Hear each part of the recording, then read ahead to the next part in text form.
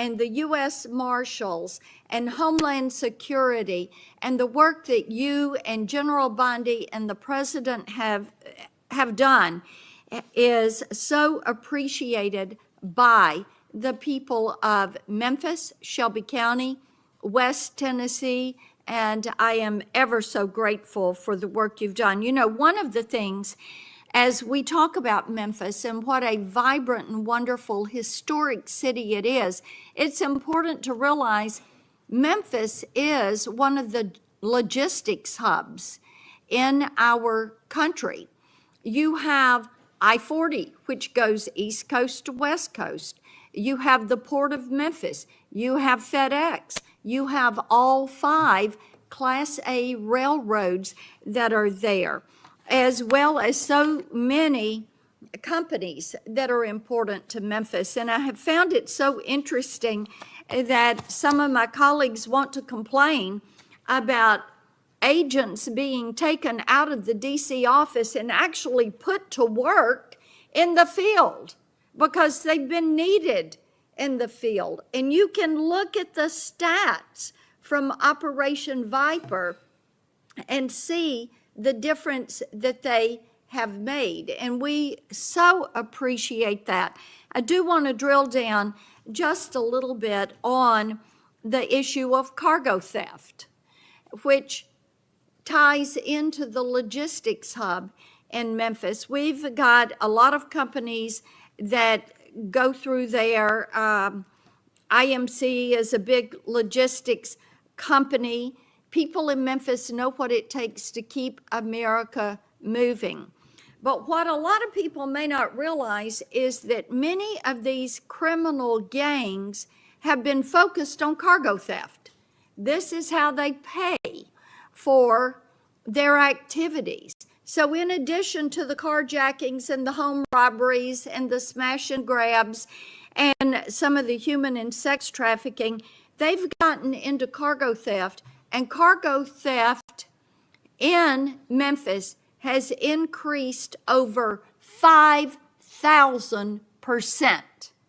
5,000%.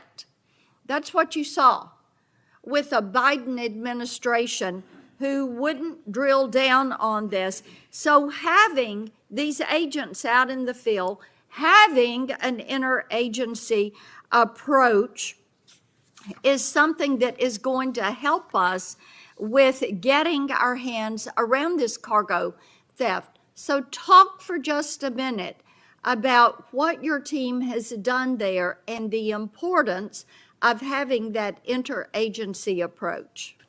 Absolutely, Senator. So Operation Viper nests under Operation Summer Heat, and in multiple cities and mid-major cities across the country, we have surging resources based on crime. And Memphis, as you know, Senator, had the highest per capita homicide rate in the country, and that was simply unacceptable. And so what we did was what we call phase 01 of operations at the president's direction. We went into some of these cities quietly to collect the intelligence that was necessary to start these operations, to start seizing these firearms, which we've seized, I think, over 115 firearms off the streets, to start taking narcotics off the streets, and also to infiltrate the gang network, this criminal street gang network that is providing these guns and drugs to the public in these communities, allowing for these shootings. And so what the FBI is good at, what the FBI is great at, is partnering with our local authorities in places like Memphis and Miami, and Chicago, and so many other cities across the country, to start the work, because you can't do the work on a dartboard basis. You need ground level intelligence. And that's what we do working with our state and local law enforcement. And the results, I think they said over 100 indictments federally just in this 3-4 month surge. And now we're going to go in there with more resources to finish it. And we are grateful for that. And I think it's so important for my colleagues, what we have seen in Memphis. You mentioned something very important. Your agents go in and they go in quietly. There was no press conference. There was no fanfare. You went in there to work. And very importantly, you gathered the intel. Who are these gang leaders? Where are they? Figuring out who was doing what, and then setting up the process to apprehend these individuals. And it requires infiltrating those networks and having that data to work from so that you are working in partnership. And as I have talked with elected leaders in Shelby County and Memphis, as we have talked with those in law enforcement, they have been so grateful to have this support and this additional education that comes, because local police are learning from your agents when they are learning how to track these gangs and infiltrate these networks. We know that phase 2 of this operation is going to kick off. The Guard is going to be there to support the Memphis Police Department to help them kind of catch up, because they still have a lot of people on their board. They know who they are, where they are, what they're doing. They want to apprehend them and bring them forward. So talk a little bit about how phase 2 is going to continue to work to support the law enforcement efforts in Memphis. Well, it's just like what happened here in Washington, D.C. It takes a whole of government interagency approach where we're working with the Attorney General, the DEA, the ATF, the U.S. Marshals, Department of Homeland Security, because each one of those agencies has specialized capabilities.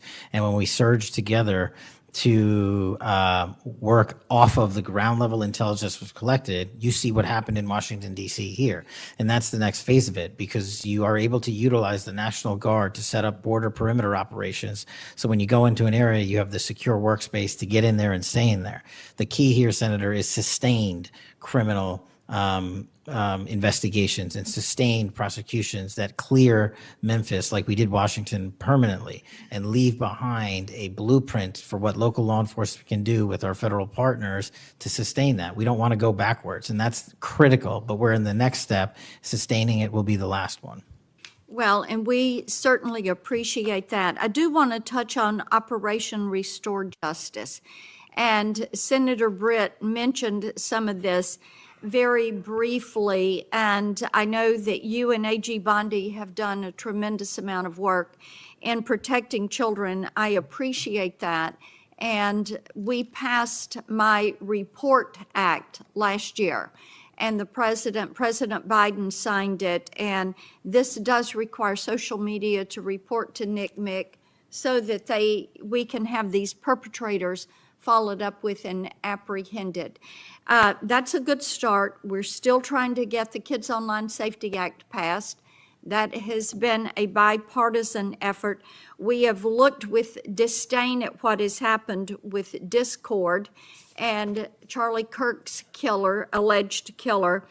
Talk for a moment about what else Congress ought to do in order to give you all the toolbox you need to apprehend these predators and pedophiles. Well, I think we need to go after the monetary backbone of this infrastructure, like we discussed earlier. I think we also need to make parents across the country aware of how invasive some of these social media sites are and how much criminal enterprise is going on and how easily these kids can be sucked into it. And also, the only way, in my opinion, to do that, as Senator Klobuchar and I believe Senator Graham had stated, was, we need to work on Section 230. It's been too long since we've addressed it. Nobody's being held accountable. They're making money, and our youth is dying. And that's just unacceptable. Well, we have that reform bill. Thank you, Mr. Chairman. Thank you. Senator Welch. Thank you very much, Mr. Chairman. And just at the outset, I just want to say what I think all of us believe, and that is that the political violence that is so afflicting our country, it doesn't matter whether it's from the right or the left. I mean, all of us have an obligation to fiercely advocate for our point of view. All of us have an obligation to respect people with whom we disagree. The folks we disagree with are our opponents, but they're not our enemies. And I hope all of us keep that in mind and do the best we can to set that example. I want to congratulate the FBI. I want to congratulate the Utah state and local law enforcement for the very good work that it did in apprehending the violent assailant of Charlie Kirk, and that is a terrible, terrible tragedy. Director Patel, at one point, you made an announcement that the suspect was in custody. We got our man. It turned out that was not true. In fact, I think that was about 27 hours before the person now in custody was apprehended. Why did you make that statement? Thank you, Senator. Appreciate you letting me address this. What the FBI does is not just locate and find suspects, but we also participate in eliminating subjects. And what we had at the time was a subject in custody in relation to this investigation. So in my commitment to work with the public to help identify subjects and suspects, I put that information out. And then when we interviewed him, I put out the results of that. And could I have been more careful in my verbiage and included an A subject instead of subject? Sure, in the heat of the moment, but I was doing the best I could. In all candor, I don't quite get that, because if we have our man, that would suggest to the public that everybody can rest and relax and not then continue to provide information to local law enforcement and to you. So that was a mistake. I don't see it as a mistake. I see it as something working with the public to identify that there was a subject So in custody. if you put out a statement that says we've got our man, and in fact, it turns out that you didn't have your man, that's not a mistake? But that's not what I said. Well, I'll go on. That's my understanding. A second thing that is really important in the FBI, but it's important in every agency, is that the folks who are doing good work get supported for the work they're doing. And a number of highly successful FBI agents have been let go. And I want to just ask you a little bit about that. You know who Brian Driscoll is, right? Yes. Yeah, okay. And my understanding is he served at the FBI for over 18 years. You agree? I believe that's accurate. Special agent in charge of the Newark office. He was commander of the FBI's hostage rescue team. That's a very prestigious and responsible position, correct? It is. Section chief of the Critical Incident Response Group's tactical section. You've got to be pretty good to get that high responsibility. You agree with that? Yes, sir. He oversaw 55 SWAT teams, and they're like the elite of the elite, right? They go in to the dangerous situations, right? He got a Medal of Valor for his participation in a raid on ISIS terrorist Abu Sayyaf, who had kidnapped American citizens Kyla Mueller, right? Mueller? Is that right? I know.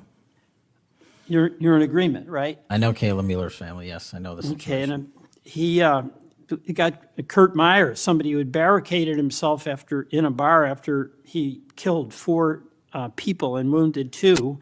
And Driscoll was part of the team that went in there and took that guy out, right?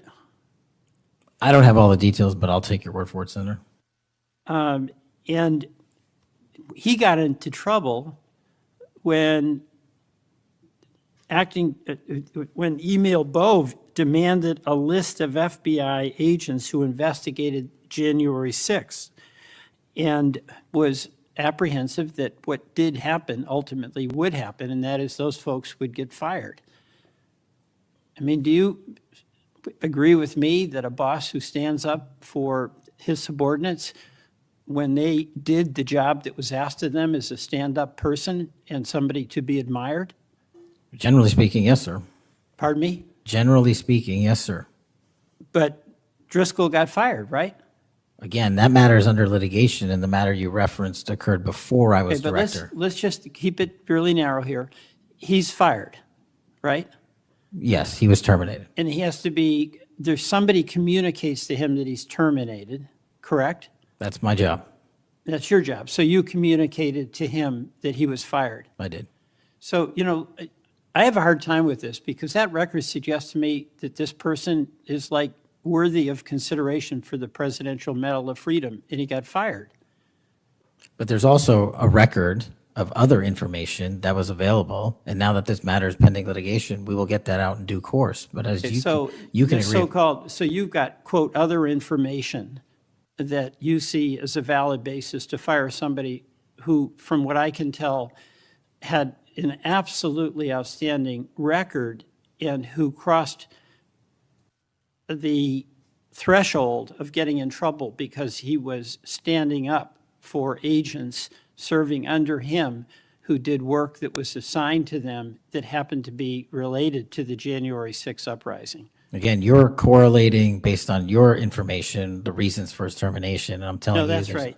Let me ask you another question. You know, when you were here, you were rightly critical, not here actually, I guess it was on Cash's corner. You were rightly critical of the way that the previous FBI director used the FBI jet. And you said you wanted to ground Chris Wray's private jet travel that he pays for with taxpayer dollars to hop around the country. Let me ask you this. You know, on the weekend of, according to flight tracker data, on the weekend of March 7th, an FBI plane flew round trip from DC to Las Vegas, and you attended a UFC fight with Mel Gibson, and I'll show you that. Is that you, and is that true? Yeah, you want to know the difference? I live in Las Vegas. I'm allowed to go home. I didn't leave a congressional hearing early on an FBI jet to dodge questions. All right, then on April 5th, you attended a hockey game in New York City. You don't live there, right? No, I don't. By the way, everyday FBI agents who are assigned in Washington don't get to fly home on a private jet. Well, this is a great point. Do you know why I have to use a private jet? Because Congress made it mandatory. Okay, in April 5th, well, we didn't make it mandatory that you go to UFC games with Mel Are Gibson. you telling me I can't go home? You know, you got to use some judgment here. So when I'm at Fifth, home, you I would- can't do what I'm doing when I go home. Let Everybody me else keep- is allowed to go home, Let just me not keep me. going. No, I'm glad you go home. I Okay. love to go home, but I don't go home on a private jet.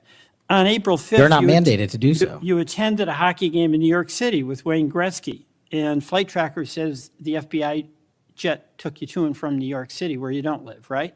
That's correct.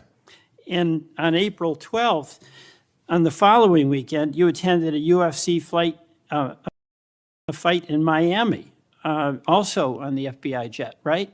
That's correct. So what's the cost to the taxpayer for those 3 flights? But I pay the commercial equivalent per the regs and the law.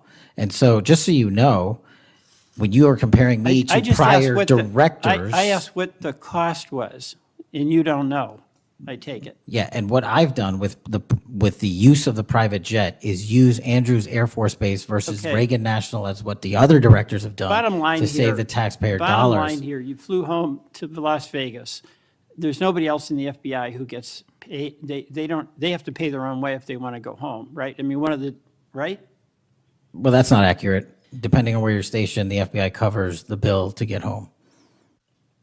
So are you telling me that FBI agents who are assigned in Washington, but who may live in Charlotte, they get paid by the FBI to go Sometimes home? they do, yes. All right.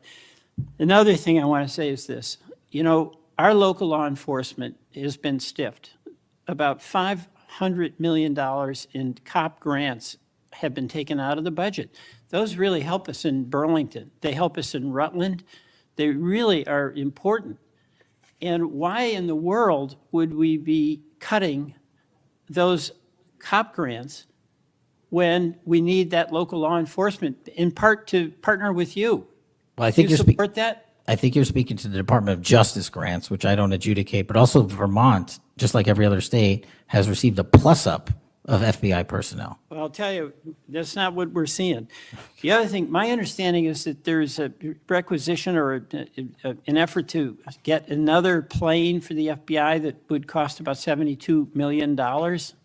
Is that right? That's inaccurate. The FBI, because the jet, as you call it, is not my jet. We use it for operational needs. We use it for FTOX. We use it for HRT. But that's the one you fly on, and right? we have multiple fixed wing assets, and one of them is on a wildly expensive lease that I deemed a waste of money, and I'm looking for a replacement in which the government can procure assets permanently. Well, I would welcome you submitting to this committee the cost information about the jets that are under consideration. And according to our research, the specifications that are included in this request would result in an expenditure of between 72 million and 80 million dollars. That's So inaccurate, but I'll happily get you the right I numbers. welcome getting the specific information. Absolutely. Thank you, Mr. Chairman. I yield back.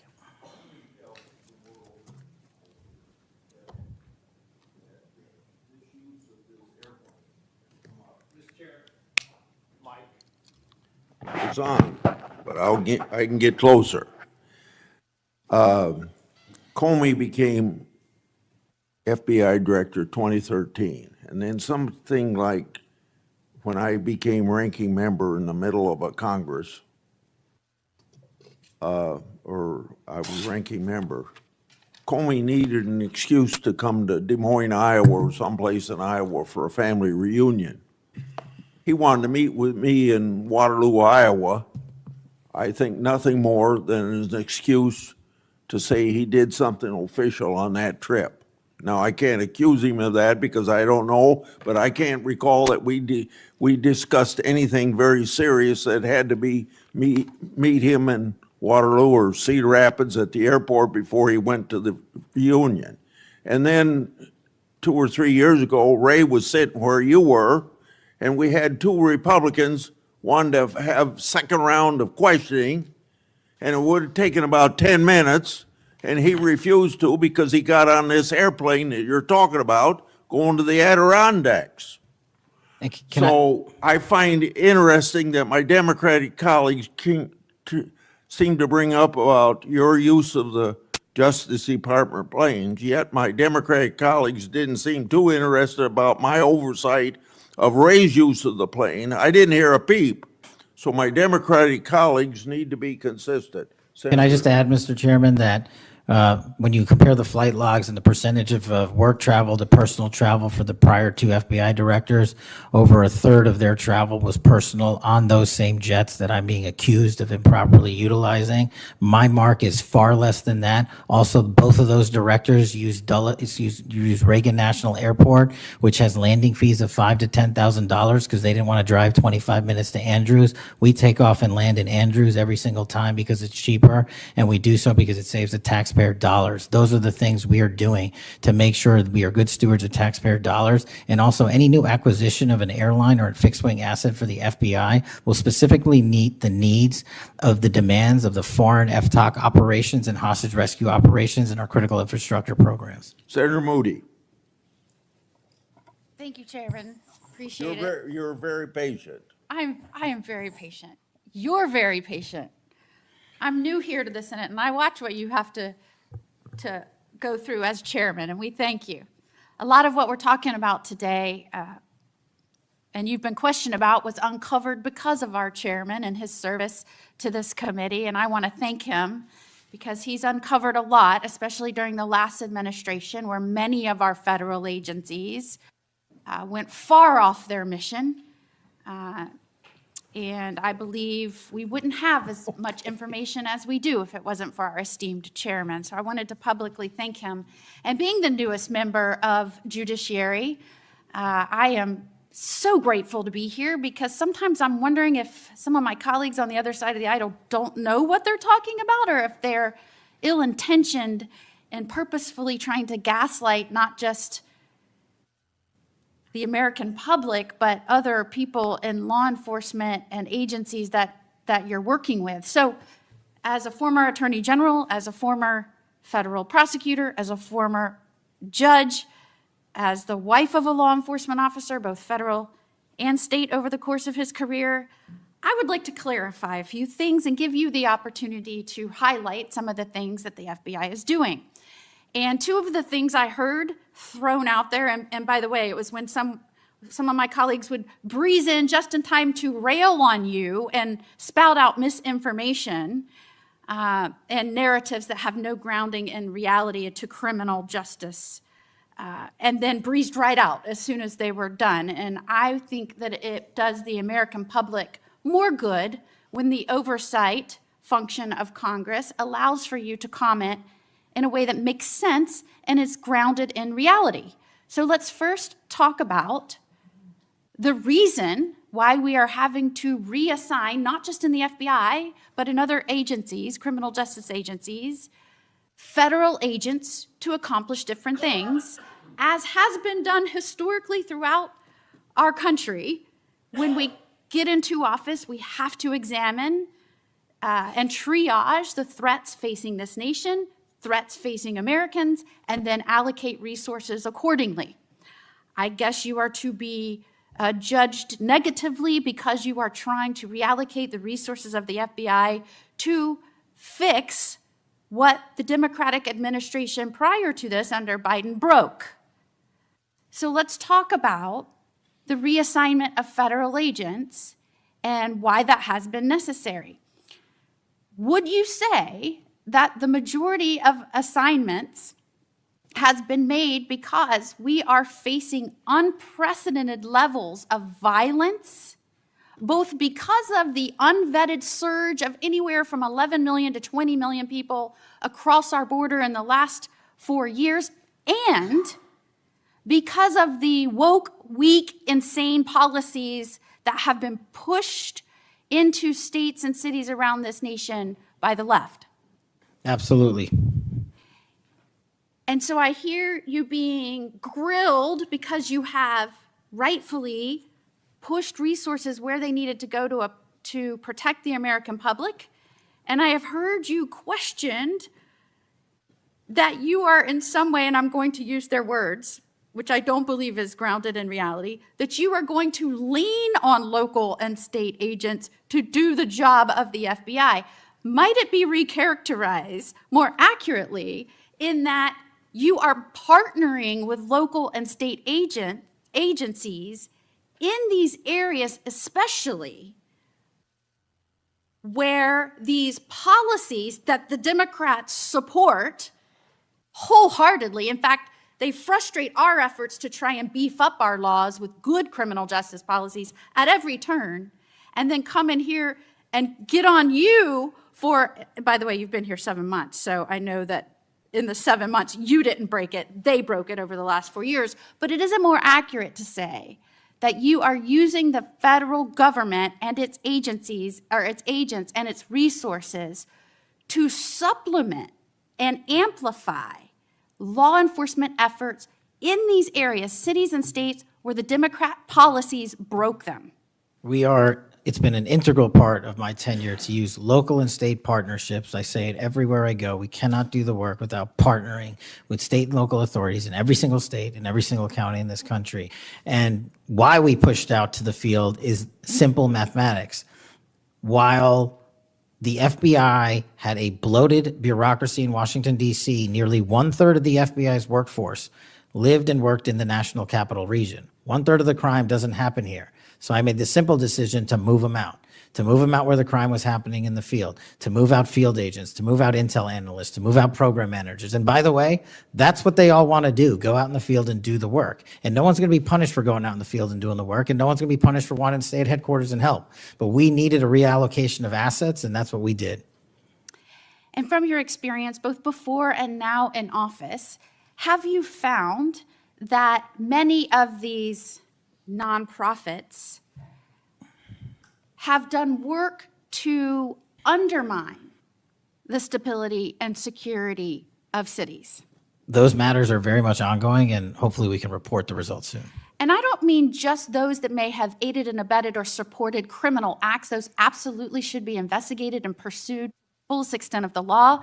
And I hope that we follow the money trail, as some of my colleagues have suggested. I also want to get your opinion about the nonprofits that are working to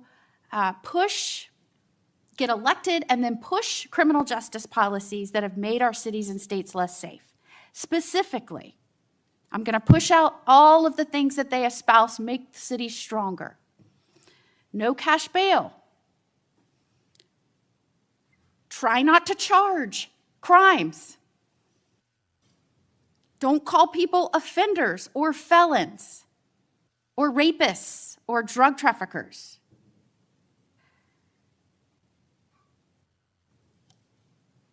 I can go on and on and on. But the gist is, don't charge. When you do charge, charge as minimally as you can. Don't put people on parole or probation following incarceration. Diversion should be the rule. I mean, I can go on. And we're seeing these play out in cities across our nation.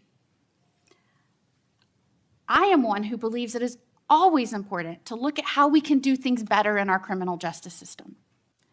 But what has happened is some of these groups have hijacked that good intention by so many and used it as a way to subvert the stability of this country. And I firmly believe when that money is traced, you're going to find it's not only going not just to policies, but it's also going to pushing and promoting criminal acts. And I believe that money and support doesn't just come from infrastructure within the US, because I believe undermining our cities and this nation is something our foreign adversaries will get behind, and it will show that they are behind.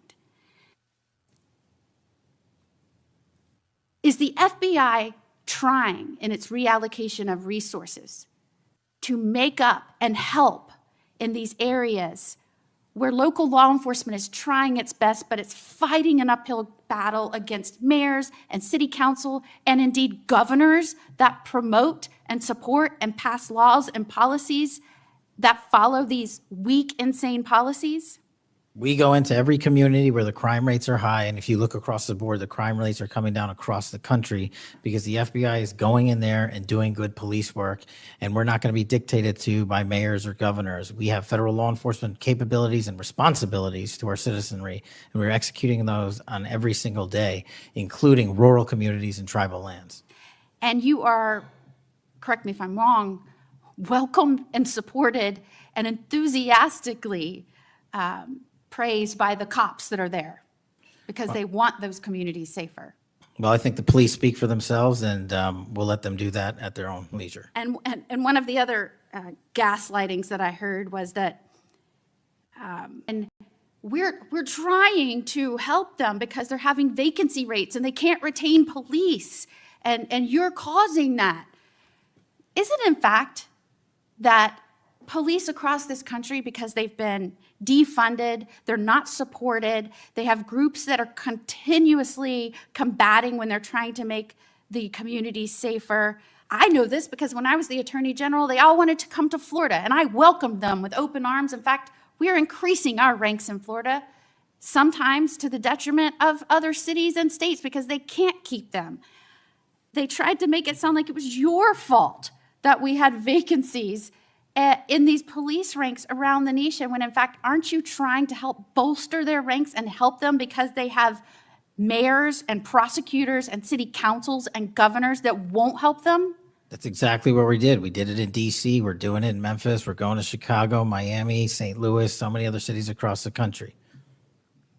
And I'm just grateful that you are doing this, and I commend you for all the numbers that I'm seeing going after the violent crime, helping make sure we are getting the criminals that came here unvetted from other nations out of this country, that you are allocating resources to those efforts. It is all important to make this a stronger, safer nation, and we appreciate you being here today and making sure we're talking truth and not misinformation to the American people. Thank you. Thank you, Senator. Before Senator Schiff, I want a UC to introduce into the record a declassified Clinton annex. The Clinton annex is a declassified appendix to the Justice Department Inspector General report about the Clinton email investigation.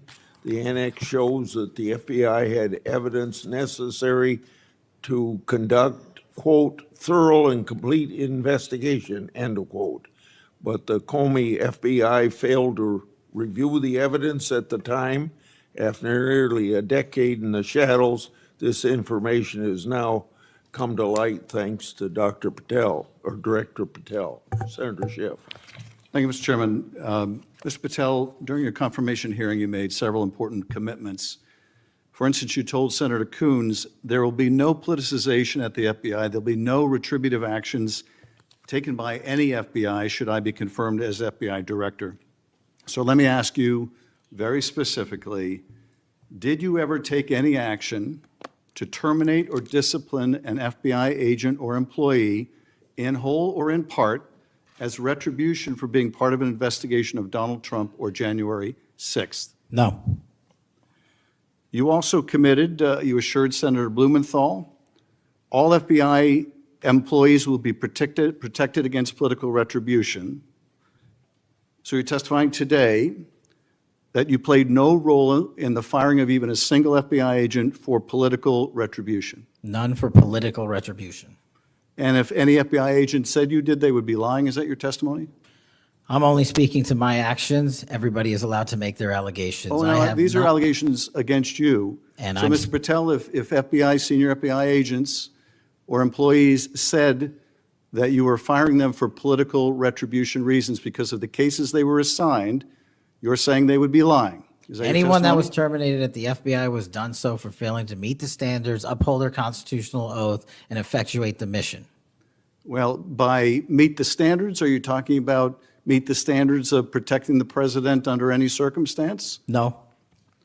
You also guaranteed Senator Blumenthal that every FBI employee will be held to the same, absolute same standard. No one will be terminated for case assignments. Are you testifying today that you never terminated anyone at the FBI in whole or in part because of a prior case assignment? No one at the FBI is terminated for case assignments alone. Well, I'm asking about you, Mr. Patel. Did you, in whole or in part, terminate anyone at the FBI because they worked on the Trump investigation or because they worked on January 6th? No one at the FBI has been terminated for case assignments alone. Okay, you're saying alone. Does that mean they were terminated in part because they were assigned to a January 6th case or assigned to the Mar-a-Lago case? You're being very precise here, Mr. Patel. You're saying alone. That means they were fired in part because they were assigned those cases. Is that your testimony? Absolutely not. But if you want to keep Okay, putting words well, in my mouth, then go let me ahead. ask you, let's strip away the word alone.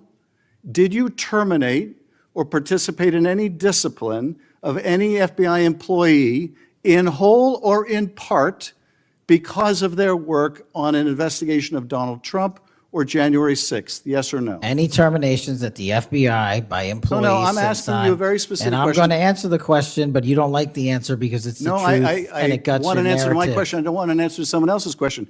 So let me just be precise, and I ask for a yes or no answer. Did you ever terminate or discipline an FBI employee in whole or in part because they had been assigned or worked on an investigation of Donald Trump or January 6th? Yes or FBI no? employees are only terminated Yes if or they no, fail Mr. to Patel? uphold their oaths of Yes or office no? and duty. You're not at the answering my FBI question. I You're don't not have to answering my answer your question. question yes or no because you're setting up a trap so you can have a No, media I'm narrative. not setting up a trap. And I'm not giving it to you. Unless it's true that you fired people. People in have whole been or in part terminated at because the they- FBI who failed to uphold They were the assigned standards to. that the FBI requires them Did you to tell, uphold. did you tell anyone at the FBI that all FBI employees who they identified who had worked on cases against President Trump would be removed from their jobs? Did you tell that to someone at the FBI? Say that I would remove people for case assignments? That you would, that people that were identified as having worked on cases against President Trump would be removed from their jobs? Did you tell that to someone at the FBI? People are not removed But for just case answer my question. assignments. Just answer my question. Did you tell that to People someone? are not removed for case No, assignments. you're not answering my question. And I would Mr. never tell Patel, anyone. Did you tell someone at the FBI that FBI employees identified as having worked on cases against President Trump would be removed from their jobs? Yes or no, did you tell someone that? I would never tell anyone at the FBI that they're being removed for basically their case assignments. Okay, so anyone who had said that would be lying. Is that your testimony? Anyone can say whatever they want. No, I know, but you're saying they were a liar. I'm telling you what I said. Because this is in the complaint against you, Mr. Patel. So you're saying Mr. Driscoll and others are liars? I'm not going to address the complaint and the ongoing Okay, well then let me ask litigation. you, have you ever told anyone at the FBI that the FBI tried to put the president in jail and he hasn't forgotten it, and that your job depended on the removal of agents who worked on cases against the president? No. Did you ever tell anyone that? No. Okay. Did you ever tell anyone that you knew these summary firings you were undertaking were illegal, likely illegal, and that you would be sued and later deposed. Do you ever tell anyone that? No firings at the FBI or terminations were done for anything other than justified Do you ever cause. tell anyone that, Mr. No, Patel? Why don't you no answer my question? terminations at the FBI were ever done in my tenure for anything other than failing Did you ever to tell uphold anyone their that, oath of Mr. Patel? You willing to office answer or the their- question? The FBI. I guess I you're have not willing to answered answer the it. question. So let me move on. Let me Repeatedly. move on to the Epstein files. You said you're the most transparent FBI director in history, so I'm going to put you to the test. In 2024, you were asked by Glenn Beck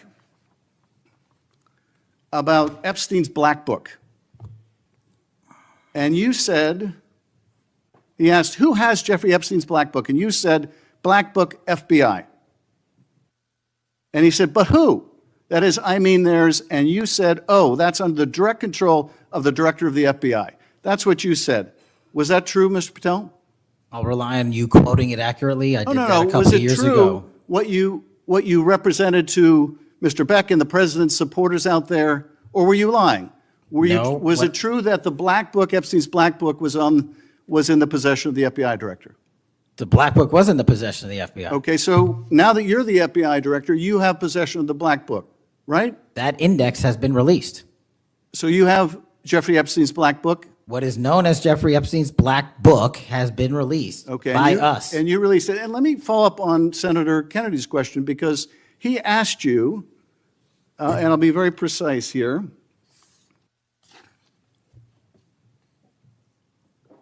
You've seen most of the files. Who, if anyone, did Epstein traffic these young women to besides himself?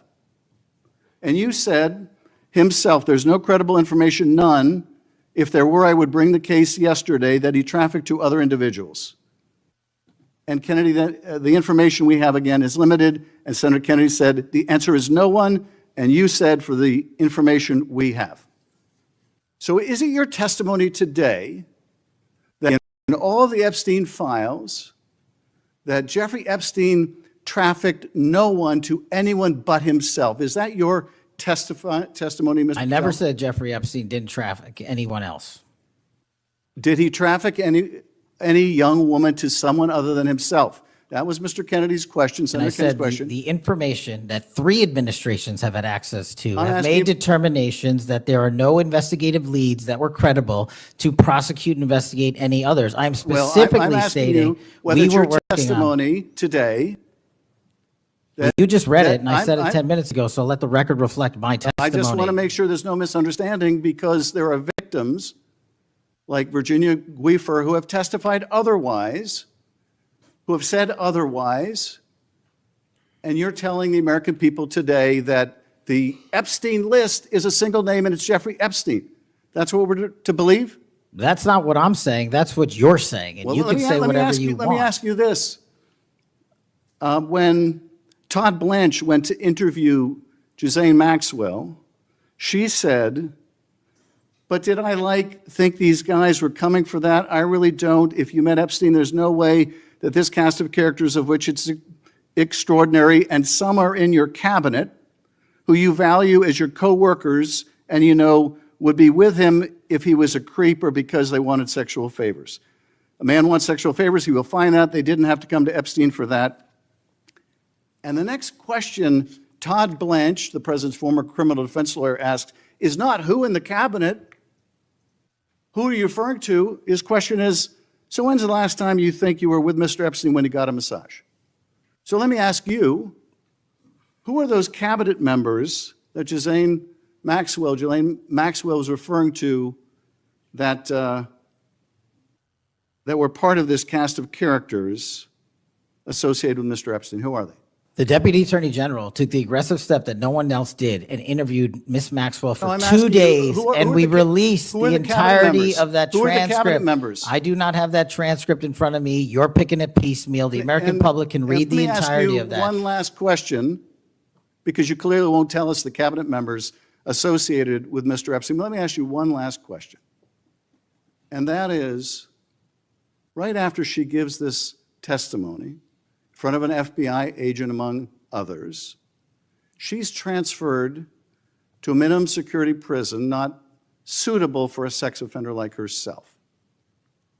Who made that decision and why? The Bureau of Prisons. The Bureau of Decisions made it in Prisons. the Bureau of Prisons decided on their own, without any consultation with Blanche or anyone else, that they were going to suddenly, after this interview, completely unrelated to this interview, completely unrelated to anything she said, move her to a prison not suitable for a sex offender. You want the American people to believe that? Do you think they're stupid? No, I think the American people believe the truth, that I'm not in the weeds on the everyday movements Oh, of you're not in inmates. the weeds? What I am The doing is most- protecting the this most- country, the providing most historic significant reform, witness- and the most combating the significant witness, weaponization of the intelligence Epstein by the likes files of you. cover-up And we have gets countlessly proven you to from be a your liar in administration, Russiagate, in and you January call that 6th. being You are in the the biggest weeds? fraud to ever sit in the This United States stinks to Senate. high You are a heaven. disgrace to this This stinks to high institution heaven. and an utter coward. And I'm not surprised. I'm not surprised not that you continue to surprised lie that the- from the- your that the- perch and put on a show view so you can go of raise you money for your and for good charade. reason. You are a political buffoon at best. Well, you can take an internet troll. Take it make- to you the can take bank an that the internet- FBI is you protecting can this make an country internet troll, and the state and the FBI citizens of the director California. will We are always bringing be nothing historic more than an reform. internet Point of troll. order. But all you care about is a child sex predator that was prosecuted by a prior administration, and the Obama Justice Department and the Biden Justice Department did squat. And what did President Trump do? Bring new charges courageously. And what have we done? Chairman, You said take I'm the control most of this transparent situation. FBI director in history. Take control of this 33,000 pages of information to you. I challenge you to say anything credibly to the truth. Go ahead and run to the cameras where you want to go now. Both of you be quiet. Before I go to Senator Tillis, without objection, want to introduce into the record the Durham Annex. The Durham Annex is a declassified appendix to John Durham's report about Crossfire Hurricane. The Durham Annex contains information exposing a reported Clinton campaign plan to falsely tie President Trump to Russia. For years, I've fought to assemble and publicize all the facts heretofore unknown surrounding Durham's investigation, Crossfire Hurricane, and related matters. The Durham Annex was declassified large part because of Director Patel. Senator Tillis. Thank you, Mr. Chairman, and Director Patel, thank you for being here. I've actually admired the way you've tried to keep your composure over the course of this. Kind of reminds me of an old Far Side comic that said the floggings will continue until morale improves. The last one I just coach you on, don't take the bait, because they're going to use that discussion between you and Senator Schiff, as you've suggested before, to raise money. Just sit down in the quiet confidence that you're doing a good job. Real quick, in less than 30 seconds, give me your resume again on why you're qualified for this position. Thank you, Senator. I served as a public defender and national security prosecutor. I tried over 60 criminal trials to verdict in state and federal court. I served as the lead investigator in the House Intelligence Committee and the counterterrorism expert there, unfolding the Russiagate investigation. I served as the head of counterterrorism for a presidential White House. I served as a deputy director of national intelligence at the Office of Director of National Intelligence, overseeing our 17 intelligence agencies. I served as a chief of staff to the Department of Defense and the Secretary of Defense, overseeing a $2 trillion financial equity flow, and also defending the homeland and providing for our no-fail mission. We could drill down in details, because I've studied that record, and I think you should be very proud of it. I just did that for the benefit of the liberal media that just keep referring to you as a podcaster, I think, and I appreciate you giving me that resume. It's a good body of work. It's why I supported your nomination so strongly when you were before this committee. Really quickly, too, on the events of last week and the sad death and assassination of Mr. Kirk, I seem to recall that Mr. Zen, I think, was the first person of interest. He was reported to be saying, "I shot him, now shoot me," or something to that effect. Would that have more or less, and your job is to calm the tensions, right? There were people running all over the building. People are afraid over there. Could it be that because you were in possession of some of that information that maybe you did just characterize as getting our man, that maybe that's what led up to it, if those facts are correct? What led me to that is to eliminate subjects, but also we were in a period with inside of 24 hours where we didn't know who the shooter was. Well, that's why I asked, because people are forgetting that this man was reported to have been saying, I shot him, now shoot me. They're also forgetting that he brought in an attorney and said that he'd fabricated the claim to draw attention away from the actual shooter. And he went on to get multiple charges for possessing child pornography and sexual abuse material on his phone. So I'm just saying that it just seems to me that in the moment, maybe you should have used different words, but I can't imagine that the amount of time that we've spent on that subject in the hearing today. But I think it's because they're really worried that they're another punchline to an old joke. Your work, it's working in practice, but it's not working in their theory. They haven't heard you, so it's working in practice, but not in theory. They haven't heard you say multiple times that you've plussed up FBI resources in every state. They haven't heard you when you've talked about year-over-year comparisons for results. I don't care how many people you have at HQ, as long as you keep producing those results and they're good. They need to be sustained. Now, I am a little bit concerned about the deployment of National Guard troops to dangerous cities, but you keep on mentioning something I'm going to go back to in terms of joint task forces. You also did a great job of explaining why you think you should save money and go out and fly out of an airport versus an easy trip across the Potomac to National. I love all those responses. I'm not going to repeat them here.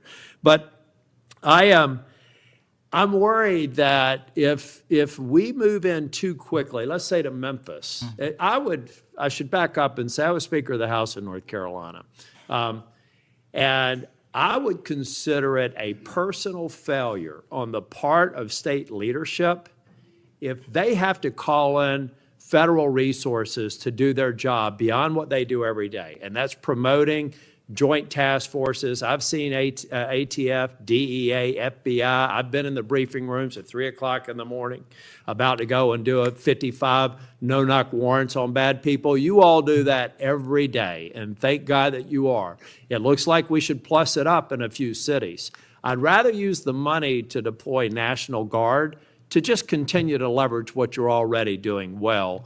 And I compliment you because I've got to believe it's a lot of these joint task forces that have increased the apprehension and charging rates. So thank you for that. But do you agree that at the end of the day, if we're going to have a sustained impact on crime, whether it's Memphis or any other city, that we've really got to enable, empower, and continue to support the men and women on the ground there every single day? 100%. Thank you. I think that your cost-benefit mind needs to go into, if I'm about to deploy this many National Guardsmen to a city, what does that cost? And what would that look like if we were plowing that cost of deployment into ongoing, I believe, joint task force, which are working very well. They're working well in North Carolina. So I'd like you to look at it. Now I'm going to move on. The Safer Communities Act, can I get your commitment to get an update? Maybe we could even take a trip out to West Virginia to see how we're doing an extraordinary job of NICS background checks. People are getting them in record time, but we are taking a few guns away from people that probably shouldn't be able to buy that day. Would you agree with that characterization? I would love to have you out and anyone else on this day is to West Virginia to see that I'd like work. to bring some of my colleagues to see it's working. We had people on my side of the aisle saying it was going to be awful, it was going to result in mass confiscation of guns. Not true. They were wrong. This bill's making a difference. I also want to talk about the behavioral health and other components in granting. I know in North Carolina things are going well. I want to make sure that that flow is going out there because the tragic events in North Carolina and Charlotte, the stabbing, I spoke with one of the family members yesterday, I think that we have to recognize that we have magistrates that have a revolving door policy, no doubt about that. And they should be held accountable if they're releasing dangerous people. But I also think that some of the problem is that we simply don't have a place to send people, particularly with respect to behavioral health. We have got to continue to, every law enforcement officer I've ever spoken with says, look, I've got law enforcement officers seconded to an emergency room because I've got somebody with no place to send them. I don't have a bed upstairs I can send them to. I don't have a behavioral health facility. We've got to provide more ways to detain people that are a risk to themselves and a risk for the community. And I really do believe the Safer Communities Act is a good framework for doing that. That's only a comment. Section 702 is going to come up in April of next year for renewal. Do you believe it should be eliminated and not reauthorized? No, sir. It needs to be Can I also reauthorized. get your commitment maybe to come back over and review some of the controls that are in place and other things? So hopefully we won't have the drama leading up to April. We can actually come here and get consensus on why you've got the checks and balances in place and why we should do it. Just remove any chance that we're going to run into that cliff narrative next year. Can I get your commitment on doing that? You have Mr. it, sir. Patel? Thank you. I want to talk very briefly on, and the chairman's given me a gavel, but I promise not to go over more than 2 minutes. But that's why I chose to be last, so I could have this discussion and actually get to some facts versus agendas and clickbait that we'll almost certainly see going forward. Tell me a little bit about the rationale behind the change in stance in recruiting. I also understand there may be a reduction in the academy timeline. Just give me some thinking about where you are on recruiting, retention, training, et cetera. Simple. So recruitment is through the roof. We've doubled up month over month our applicants to be 1811s, our federal agents, intel analysts. So the recruitment is going wonderful. What we have to do is figure out a way to get creative because the BFTC timeline is an 18 to 20 week program. And what we've done to address the openings we have for 1811 BRIC agents is we opened it up to the interagency and said, hey, do you at Secret Service or DEA or ATF want to come over? You guys went through FLETC. You guys were cops or military officers. You're law enforcement. So we created a shortened bridge program of 6 weeks at Quantico that if you want to come over and be an FBI agent, you can do so. There's transfers all the time. We just made it easier.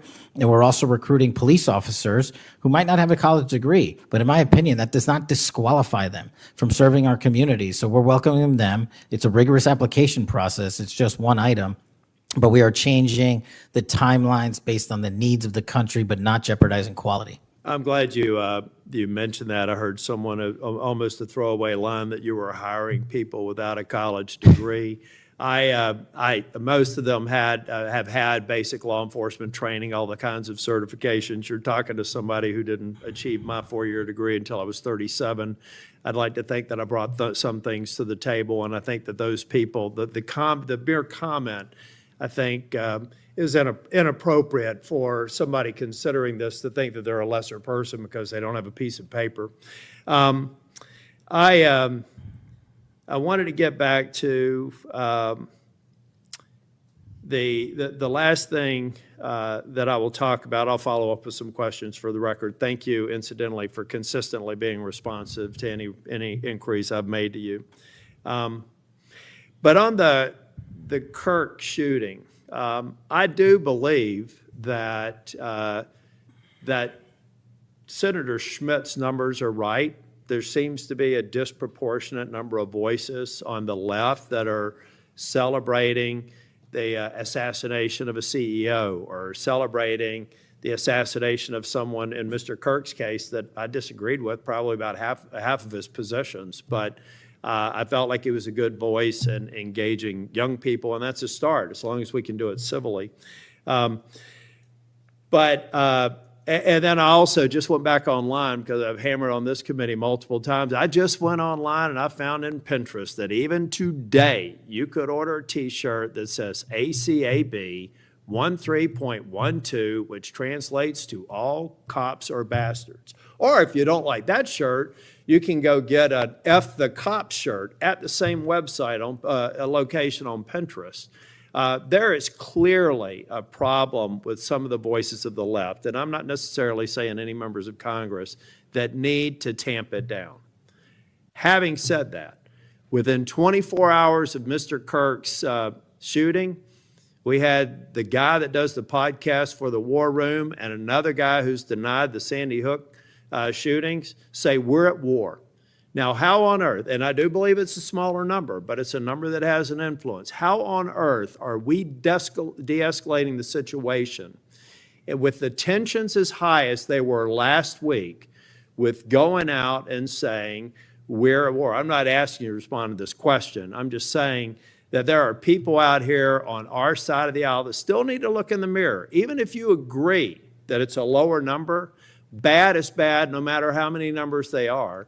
And that kind of rhetoric and that kind of mobilization makes your job more difficult and puts us in a position where we're not being as productive as you want the FBI and state and local law enforcement to be.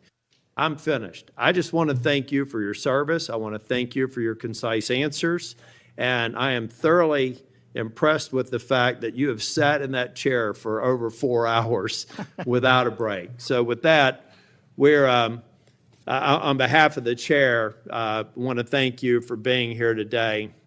And also, I assume, are we leaving the record open for any period of time for 1 week? The record will be open, left open for 1 week so that you may have questions for the record. Mr. Patel, thank you for being here. Thank you, today. Mr. Chairman. Meeting's adjourned. Under your leadership, the FBI has apprehended several most wanted fugitives and secured the extradition of senior leaders of the Central American gangs like MS-13. Now, well, it's well understood that your predecessor left you an FBI infected with politics. I'm going to provide examples of that today, including making public new whistleblower records. At your nomination hearing, I made public records that whistleblowers provide me about Arctic Frost. Arctic Frost was the FBI case opened and approved by antitrust Trump FBI agent Tebow. Arctic Frost then became Jack Smith's elector case against then citizen Trump and now President Trump. These new records show that Arctic Frost was much broader than just an electoral matter. The case was expanded to Republican organizations. Some examples of the group that Ray FBI sought to place under political investigation included the Republican National Committee, Republican Attorney General's Association, and various Trump political groups. In total, 92 Republican targets, including Republican groups and Republican-linked individuals, were placed under investigative scope of Arctic Frost. On that political list was one of Charlie Kirk's groups, Turning Point USA. In other words, Arctic Frost wasn't just a case to politically investigate Trump. It was the vehicle by which partisan FBI agents and Department of Justice prosecutors could achieve their partisan ends and improperly investigate the entire Republican political apparatus. So today, Senator Johnson and I are making these records public for the entire country to see, and I hope a lot of people are interested in seeing what government can do when various agencies have a political agenda. My investigative work has also exposed the political way in which Peter Navarro was investigated and prosecuted. When FBI agent Tebow found out that Biden's DOJ would prosecute Navarro, he said, "Wow, great." That's a quote, unquote. Through whistleblowers, I've obtained an audio recording of Special Agent Giagardina and Special Agent Sebastian Gardner's delivery of a subpoena to Navarro. I'm making that audio public today. in a court document filed by the Department of Justice. Navarro's interaction with the FBI was unfairly described as, quote unquote, the word combative. That intervention with Navarro was just as the justification to later aggressively arrest him. Then we get to the Clinton annex and the Durham annex. The Clinton annex showed that the Comey FBI had evidence necessary to complete the Clinton investigation, the one about her mishandling of emails and classified information, but the FBI never did its job because it never reviewed the evidence at that time. The Durham annex showed that the Clinton campaign had a plan to falsely tie Trump to Russia, yet the Comey FBI failed to investigate that information. Instead, the Comey FBI used the discredited Clinton campaign-funded Steele dossier to advance crossfire hurricane against Trump. Director Patel, thanks in a large part to you, both annexes were finally declassified. That may be history, but it's history to make sure we don't repeat the history of the past. And the people ought to be concerned when the weaponization of government is used in this way, whether it's done by Republicans or Democrats. Last Congress, I made public an FBI document called 1023 form that alleged a bribery scheme with the Biden family. To date, the FBI has never answered Congress whether they investigated the text messages, the audio files, and the financial records referenced in that 1023. Whistleblowers have provided my office with 2 additional FBI 1023 documents. These documents memorialize statements from FBI sources. These 2 new 1023 documents are from separate FBI confidential human sources during different years. So in total, we now have 3 different FBI confidential human sources providing information about the Biden family and potential criminal conduct. Today, Senator Johnson and I are releasing these records. Let me say this for the partisan media, the people that are supposed to be policemen of our Republican form of government. We aren't saying the allegations are true. We want to know what the FBI did to fully investigate their veracity or lack thereof and what they concluded. Let's put this matter to rest one way or the other.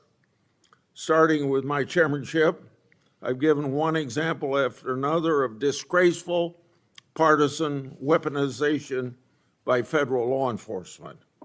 Since the Trump administration took power, many FBI agents have been removed. The removal included agents and prosecutors who became partisan weapons that lost their way, and I've made records public to prove it. And many of my whistleblowers were aggressively retaliated against by some FBI agents who were subsequently fired. One FBI whistleblower publicly said of these terminations, quote, ensuring that they no longer work at the FBI isn't retribution, it's responsible leadership, end of quote. Which brings me to my final and favorite topic, whistleblowers. In August, 10 of my FBI whistleblowers secured compensation agreement because of your leadership, Director Patel. It included a mix of reinstatement to the FBI, reinstatement of security clearances, and monetary compensation. At the beginning of this month, another of my FBI whistleblowers got their job back. All told, across government agencies, almost 20 whistleblowers have received fixes to their retaliation. Today, you'll get a lot of grief from some members of this committee, but in the short amount of time you've been director, you've corrected whistleblower retaliation, increased transparency more than any other FBI director I've seen, whether that FBI director was appointed by Republicans or Democrats. And I've been around here more than anybody else on this committee. I yield to Senator Durham. Thanks, Chairman Grassley, for holding this oversight hearing during a critical period in the history of the Federal Bureau of Investigation. During my 4 years as chair, I held 4 hearings with then FBI Director Wray. As a reminder to Republicans who claim the Biden administration weaponized the FBI, President Biden retained Director Wray, a lifelong Republican who was President Trump's nominee for the office. After his second election in an unprecedented move, President Trump forced out Director Wray and nominated Kash Patel, arguably the most partisan FBI director ever. Director Patel came to the FBI with a political mission, and he spelled it out in writing in detail. He wrote government gangsters, quote, "The rot at the core of the FBI is not just scandalous, it's an existential threat to our Republican form of government," end quote. And with the power of his office and the blessings of the president, he attacked the FBI with a vengeance. Mr. Patel had falsely claimed the FBI, quote, "was planning January 6th for a year," end quote. He even went so far as to produce a song by the January 6 rioters who violently assaulted police officers in the Capitol. He compiled an enemies list of public servants he called government gangsters, like former FBI Director Mueller, whom Patel called, quote, "an utter swamp creature." Former Trump officials who served with Mr. Patel warned us he would weaponize the FBI to protect the president's allies and target his critics. And indeed, Director Patel has already inflicted untold damage on the FBI, putting our national security and public safety at risk. Since January 20th, the Trump administration has engaged in an unprecedented purge of FBI officials. As we heard from highly credible whistleblowers, Mr. Patel was involved in directing this purge even before he was confirmed, despite his sworn testimony to this committee. It began with terminations and forced retirements of all 6 nonpartisan career officials who run all 6 branches of the FBI, assistant directors.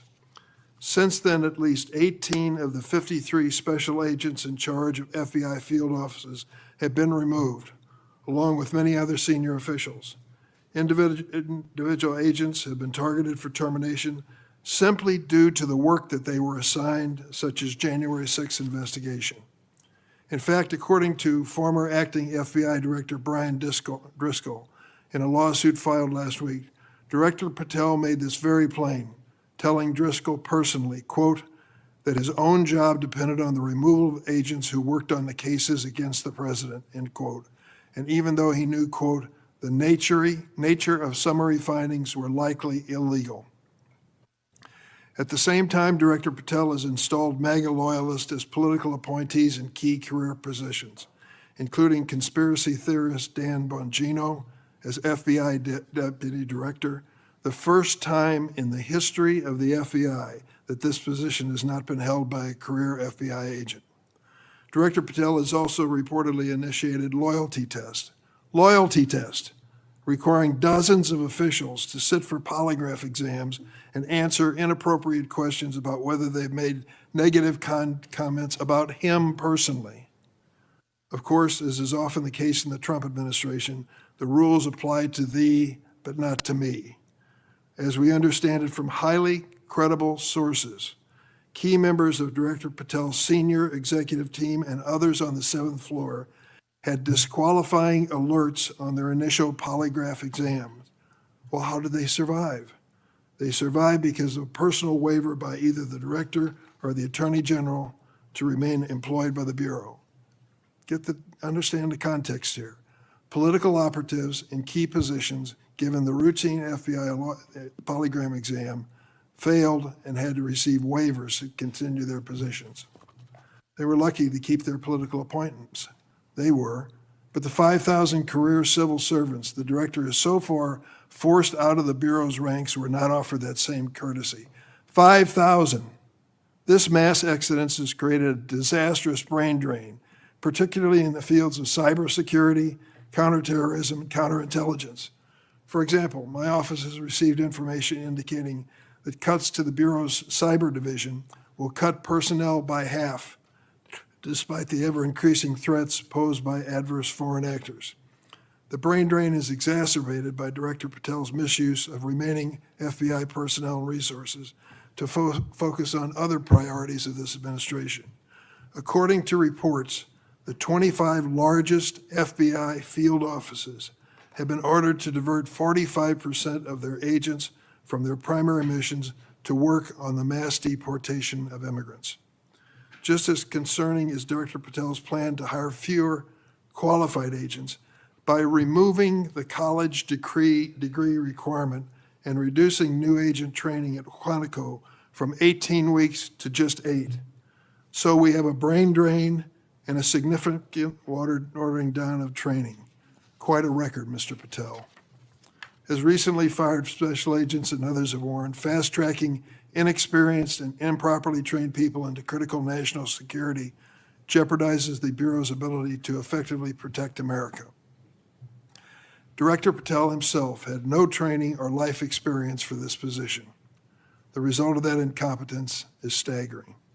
For example, after Attorney General Bondi publicly stated in February that the Epstein client list was, quote, sitting on my desk right now to review, that's what she said on Fox, Director Patel diverted more than 1,000 FBI personnel from their critical missions to work on 24-hour shifts reviewing over 100,000 pages of Epstein-related records.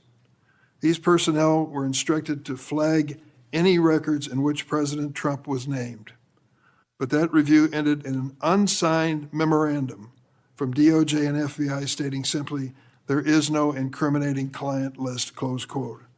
Director Patel still has not responded to my letter from 2 months ago asking about his role in this cover-up.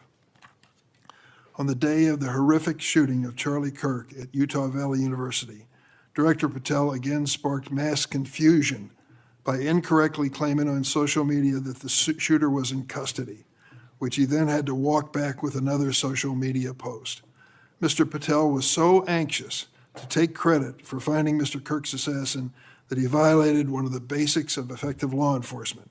At critical stages of an investigation, shut up and let the professionals do their job.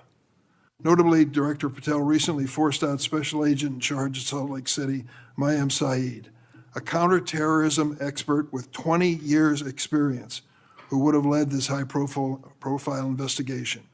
The men and women who serve at the FBI and the American people deserve a director who has the ability and the character to restore the Bureau to its place as the preeminent law enforcement agency.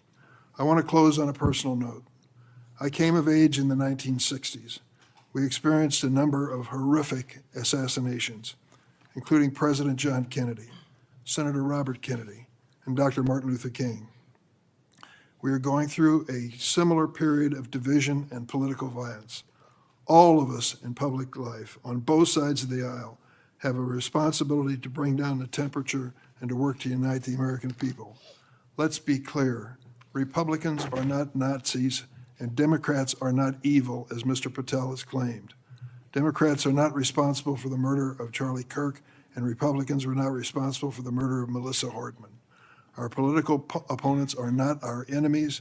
We are all Americans, and we should be working together to keep the American people safe and protect their constitutional rights. Thank you, Mr. Chairman. Would you please stand so I could swear in?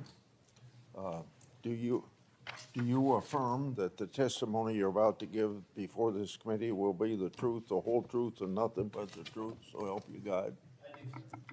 Please be seated, and you can give your statement now. Thank you. Good morning, Mr. Chairman, Ranking Member Durbin, and members of the committee.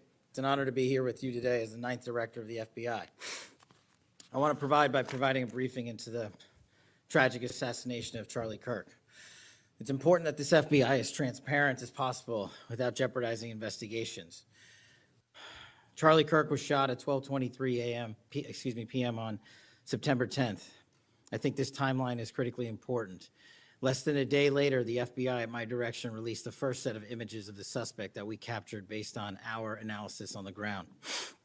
Later that evening, while conducting extensive interviews and cell phone analysis, and also flying out evidence response teams and hostage rescue teams and evidence tacticians who were collecting evidence in live time and flying them back to Washington, D.C. in our laboratories for immediate analyses, we were able to extract video from the campus feed, and at my direction at 8 p.m., in partnership and promise to working with the public to bring this fugitive to justice, we released a newly, never before seen video of the suspect. We also released new enhanced photos of the suspect. A few hours later, that suspect was in custody, pursuant to the interrogation of the suspect's own father, who stated, "When I saw that video that you released, I recognized it was my son, and I confronted him, and he was handed over to lawful law enforcement authorities." That is the FBI working with the public, as I promised, being transparent and providing critical information along the way in the manhunt for the suspect and suspects involved in Charlie's assassination. We received over 11,000 tips in the first 24 hours alone. We received 16,000 submissions to our digital media enterprise and tip lines. That is a large number of material to go through. I want to thank President Trump and the Attorney General, Pam Bondi, for their unwavering support and commitment of resources to this and all investigations. I also want to especially thank our colleagues in Utah, the Governor's Office, DPS, and the sheriffs out there. State and local law enforcement partnership has been a cornerstone since I took over at the FBI, and it was no different here. And our teams in Salt Lake City, our SACs out there across the country, our lab technicians in Quantico who raced to complete the evidence analysis so the public could have the answers they need. These people worked through the night without sleep for days on end. They are to be commended. They are not to be attacked. And many, many, many more people I don't have time to thank here today. But I do want to thank the American people especially. The mission of the FBI is for them and with them and by, with, and through them. And it's that mission and that ethos that I brought to this investigation and so many others, and that's why that suspect is in custody. We cannot do our job without the American public and credible reporting in the media, and that's why Tyler Robinson is in custody today, about to face charges. The last time I appeared before this committee was in January for my confirmation hearing. I told you then that if I were confirmed, I would provide and do everything I can to provide a safe and secure America. I promise to provide the courageous men and women of the FBI the tools and resources they need to crush violent crime and defend the homeland. I pledge myself to commit to full transparency, oversight, and accountability so we could restore the public's trust in the FBI. And that's exactly what I've done. Under this administration, the FBI has arrested more than 23,000 violent criminals. That's more than twice for the same time period from last year alone. 23,000, more than twice from the same time period last year. We've taken over 6,000 illegal firearms off the streets. That number is an exponential increase. We've identified and located more than 4,700 child victims. More than 4,700 child victims have been found by this FBI. That is a 35% increase from the same time period last year. 1,500 child predators have been arrested. That's a 5% increase from the same time last year. 300 human traffickers have been arrested. That's a 10% increase from the same time last year. Over 350 members of Tren de Aragua, foreign terrorist organization, have been arrested, and we have 42 ongoing cases. That is a 250% increase from the same time last year. Those are just some of the things the FBI is doing differently and better because we are leading the mission to crush violent crime and defend the homeland. We have also arrested Captured 4 top 10 fugitives from the FBI's top 10 most wanted list. To put that in perspective, that's the same amount I've captured in 7 months than my predecessor did during the entirety of the Biden administration. Those are real results, and the credit is to the men and women at the FBI. We've been able to achieve these results because the FBI recognizes violent crime doesn't just happen in Washington, D.C. That's why one of my first decisions as a director was to get the people, the Bureau's professional staff, out to the field. And we've done that with great speed. And every single one of your districts and states has received a plus-up of FBI personnel, agents, and special operators to the tune of almost 1,000. We did that because crime had unexpectedly and unacceptably exploded across the country. In fact, one of the stats that the American people should thank the FBI the most for is we are on track to have the lowest murder rate in modern American history. The lowest murder rate by double-digit percentages. A major factor in the drop of this violent crime is the FBI's flagship Operation Summer Heat. We use this initiative at the direction of the President and the Attorney General, surging resources to our major and mid-major cities across America, conducting intelligence-based operations to target the worst of the worst, to target the gangs, to target the transnational organizations, to target the TCOs, and to target the drug trafficking cartels. And we have taken them out city by city. There's a lot of work left to be done, but we're off to a great start. Just ask the citizens of Seattle, Miami, Memphis, Charlotte, Chicago, and so many more places.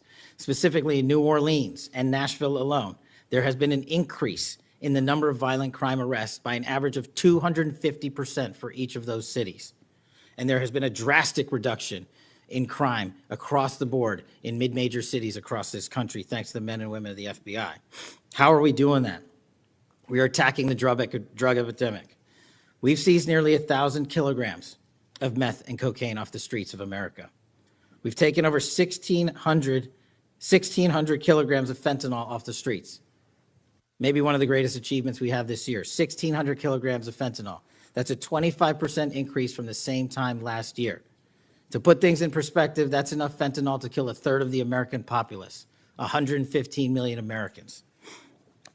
We're also going after the companies that manufacture these precursors overseas in places like mainland China and their cutting agents. In fact, this month in Cincinnati, we announced groundbreaking charges aimed at the individuals and businesses responsible for flooding these opioids and their precursors and cutting agents into the streets of America. And for the first time that I can remember, we are charging these businesses and enterprises, not just in America, but in mainland China, and seizing their operational necessity to have money by seizing their cryptocurrency wallets. We're also equally important to protecting the homeland. We know we have a no-fail mission. We're committed to keeping our nation safe from terrorism, cyber attacks, and foreign adversaries. Whether stopping threats inspired by foreign terrorist organizations or lone wolf actors or sponsored by hostile nation states. This year, we've already made nearly 60 counterintelligence arrests. 60 counterintelligence arrests this year alone is a 30% increase from the same time period last year for the CI work at the FBI. I'm proud when we can share our successes, such as when an espionage charge was brought against an active duty U.S. Navy sailor caught spying for the People's Republic of China. But I want the American people to know the FBI is protecting the homeland from foreign adversaries in a way that will never make the news, and a lot of the good work that they do will never be able to discuss in this setting. We're working on cyber threats. We're attacking malware infrastructure, going after ransomware attackers, delivering a new partnership with the private public sector engagements we've taken with the companies who are attacked by these foreign adversaries and nation-state actors and individual enterprise rings from around the world. We are combating Salt Typhoon, Vault Typhoon, Flax Typhoon, and so many other ransomware and cyber threats this nation faces. We're also arresting people such as Tajik national in Brooklyn, who is suspected of sending tens of thousands of dollars to support ISIS.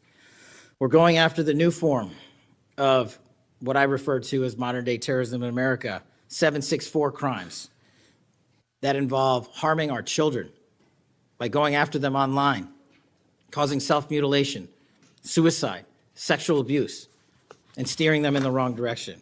Currently, we have 3,500 international terrorism investigations. Specifically, we have in this country 1,700 domestic terrorism investigations, a large chunk of which are nihilistic violent extremism, NVE. Those who engage in violent acts motivated by a deep hatred of society, whatever that justification they seem is. The FBI has seen a 300% increase in cases opened this year alone versus the same time last year.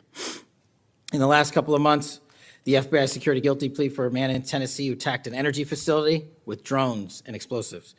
We secured the indictment of a violent Sinaloa cartel faction leader in Chicago on narco-terrorism charges. Our folks in Sacramento collaborated with domestic and international partners to secure a guilty plea for a leader of a transnational terrorist organization who solicited the murder of federal officials. But the Bureau's job is not done. I'm committed to this transparency. Mr. Chairman, you alluded to our work with Congress. To date, in the 7 months that I've been FBI director, we have produced 33,000 pages to the United States Congress, 33,000 pages. Just to put that in perspective, my predecessor in his 7-year term issued 13,000 pages to Congress, and his predecessor in his 4-year term issued 3,000 pages to Congress. I've issued 33,000 pages in 7 months, and we're going to keep going. I'm dedicated to restoring the trust that the public has and needs in the integrity at the FBI, and it's being done every day by the men and women of the FBI. Now, I know that there's a lot of talk about Epstein, and I'm here to testify that the original sin in the Epstein case was the way it was initially brought by Mr. Acosta back in 2006. The original case involved a very limited search warrant or set of search warrants and didn't take as much investigatory material it should have seized. If I were the FBI director then, it wouldn't have happened. The search warrants were limited to small time periods to include 2002 to 2005 and 1997 to 2001. Mr. Acosta allowed Epstein to enter in 2008 to a plea and non-prosecution agreement, which then the courts issued mandates and protective orders legally prohibiting anyone from ever seeing that material ever again without the permission of the court. The non-prosecution agreements also barred future prosecutions for those involved at that time of those individuals. Still, this administration, at the direction of President Trump, has done more to turn over all the credible information we are legally able to do so, and we will continue to work with Congress to achieve that end. Under the direction of the President, thank you for your support for our mission to working to jointly deliver transparency and congressional oversight to the United States. Lastly, I want to close with the President's initiative here in Washington, D.C. as an example of what we're doing around the country. And I think our next city is Memphis. 21,000 arrests in D.C. with our federal partners, a huge decrease in violent crime, 60% decrease in gun crimes in Washington, D.C. in the last month, 74% decrease in carjackings in Washington, D.C. in the last month, 53% decrease in homicides in Washington, D.C. in the last month. The drugs are disappearing, people are freely walking around the states, and we're restoring the nation's capital to its glory. That work is through the interagency process that the FBI is proud to be a part of, and the initiative spearheaded by President Trump and the Attorney General. And perhaps most notably for investigations in Washington itself, it was the intelligence that the FBI gathered through our source network here in D.C. that helped us identify the suspects in the horrific murder of the D.C. intern Eric Tarpinian. We're proud to be a part of that investigation. We're proud to put the resources to bear of the FBI. And in closing, Mr. Chairman and members of the committee and Ranking Member Durbin, I'm honored to be the 9th director of the FBI. I'm not going anywhere. If you want to criticize my 16 years of service, please bring it on. Over to you.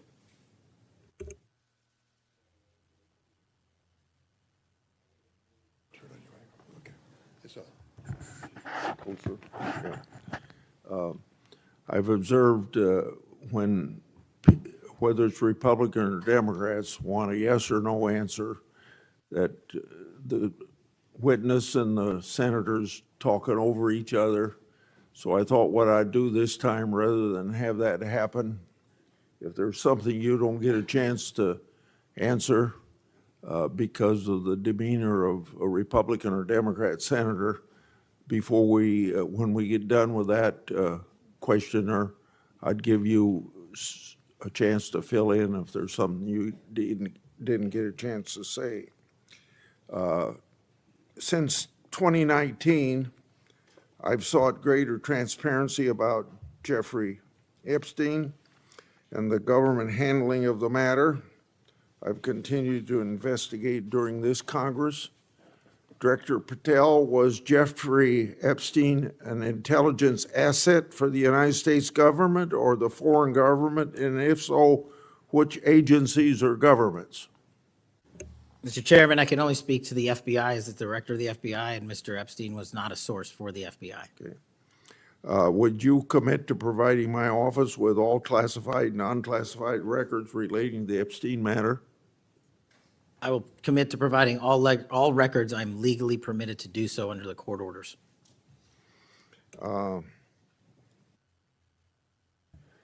It seems to me that I accept your answer to my question, but the broader intelligence community ought to answer these questions as well. Victims deserve an answer. Regarding the initial FBI 1023 document that I made public last Congress, that document mentioned 1, text messages, 2, audio recordings, and 3, financial records that allegedly proved a bribery scheme with the Biden family and foreign interests. Regarding those records, did the Ray FBI make any effort to determine whether they existed? Did the Ray FBI make any effort to obtain those records? Not to my knowledge, Mr. Chairman. Since this matter hasn't been fully investigated, the FBI has an obligation to the public to do exactly that and figure out why it wasn't investigated. Next question. I've done a lot of oversight relating to sexual misconduct by the FBI agents. In fact, I believe this is something I discussed with Ray, one of his appearances before this committee. According to the FBI Inspection Division, it opened nearly 300 investigations based on sexual misconduct referrals between 2017 and 2024. According to whistleblowers, the Biden-Ray FBI totally dropped the ball on this question. One credible accusation of sexual misconduct is too many, of course. Are you committed to reviewing the Bureau's policies to ensure responsible responses to credible allegations of misconduct, that they're swift and adequately protect victims? Yes, Mr. Chairman. Relating to a similar subject, during child crimes and sexual misconduct related investigations, are any private sector companies less than cooperative with you? What improvements in information sharing need to be made to catch those criminals? Mr. Chairman, we can always do better with our private sector companies. I've reached out to the leaders of most of them, asking them to provide more material so that we can be responsive and take legal action and protect the youth of this country. I'm happy to discuss, possible legislation that we can do to allow for these companies to continue. Yeah. Say, maybe 1 inch up on the microphone. Sorry. I think you're close enough, but I think it's just a little bit lower. When you raise your head, it's difficult to hear. Director Patel, since 2021, I've raised concerns about the Biden administration failure to properly vet Afghan evacuees. Director Gabbard informed my office that as of August 2022, approximately 1,600 evacuees located in the United States had ties to terrorism and other derogatory information. That's why I and many others have opposed bills giving blanket approval. Are you aware of what steps your predecessor took to investigate these evacuees? And what steps have you taken to investigate them? And what, if any, national security concerns still exist? Mr. Chairman, I can't speak to the steps my predecessor took, but I will make sure we do a sweeping review and get back to you on that. As far as the Afghan refugees and evacuees, as during my tenure, we are going through the databases to make sure that no known or suspected terrorists enter this country to harm our nation. And also, as my resolve as FBI director, one of the first acts we undertook was a manhunt of one of the Abbey Gate bombers and leaders in that crime spree that killed 13 brave Americans. And within 2 weeks, we caught one of the leaders of the Abbey Gate bomber. and brought him to justice here in 2 weeks from Pakistan. And so my commitment to you on Afghanistan in all matters is complete and without border. Through my and other investigations, we found that the Biden administration lost thousands of undocumented children. We never heard a peep from senators wanting to help find them, even after I invited them to do so. In September 2025, the Trump Health and Human Services announced the creation of an interagency crime coordinator cell to find these and other missing children. That interagency group reportedly includes your agency. What resources and personnel have the FBI assigned to this new interagency effort, and what steps have the FBI taken to assist in locating missing children that the incompetent Biden administration lost? Protecting our youth is maybe the top priority for the FBI.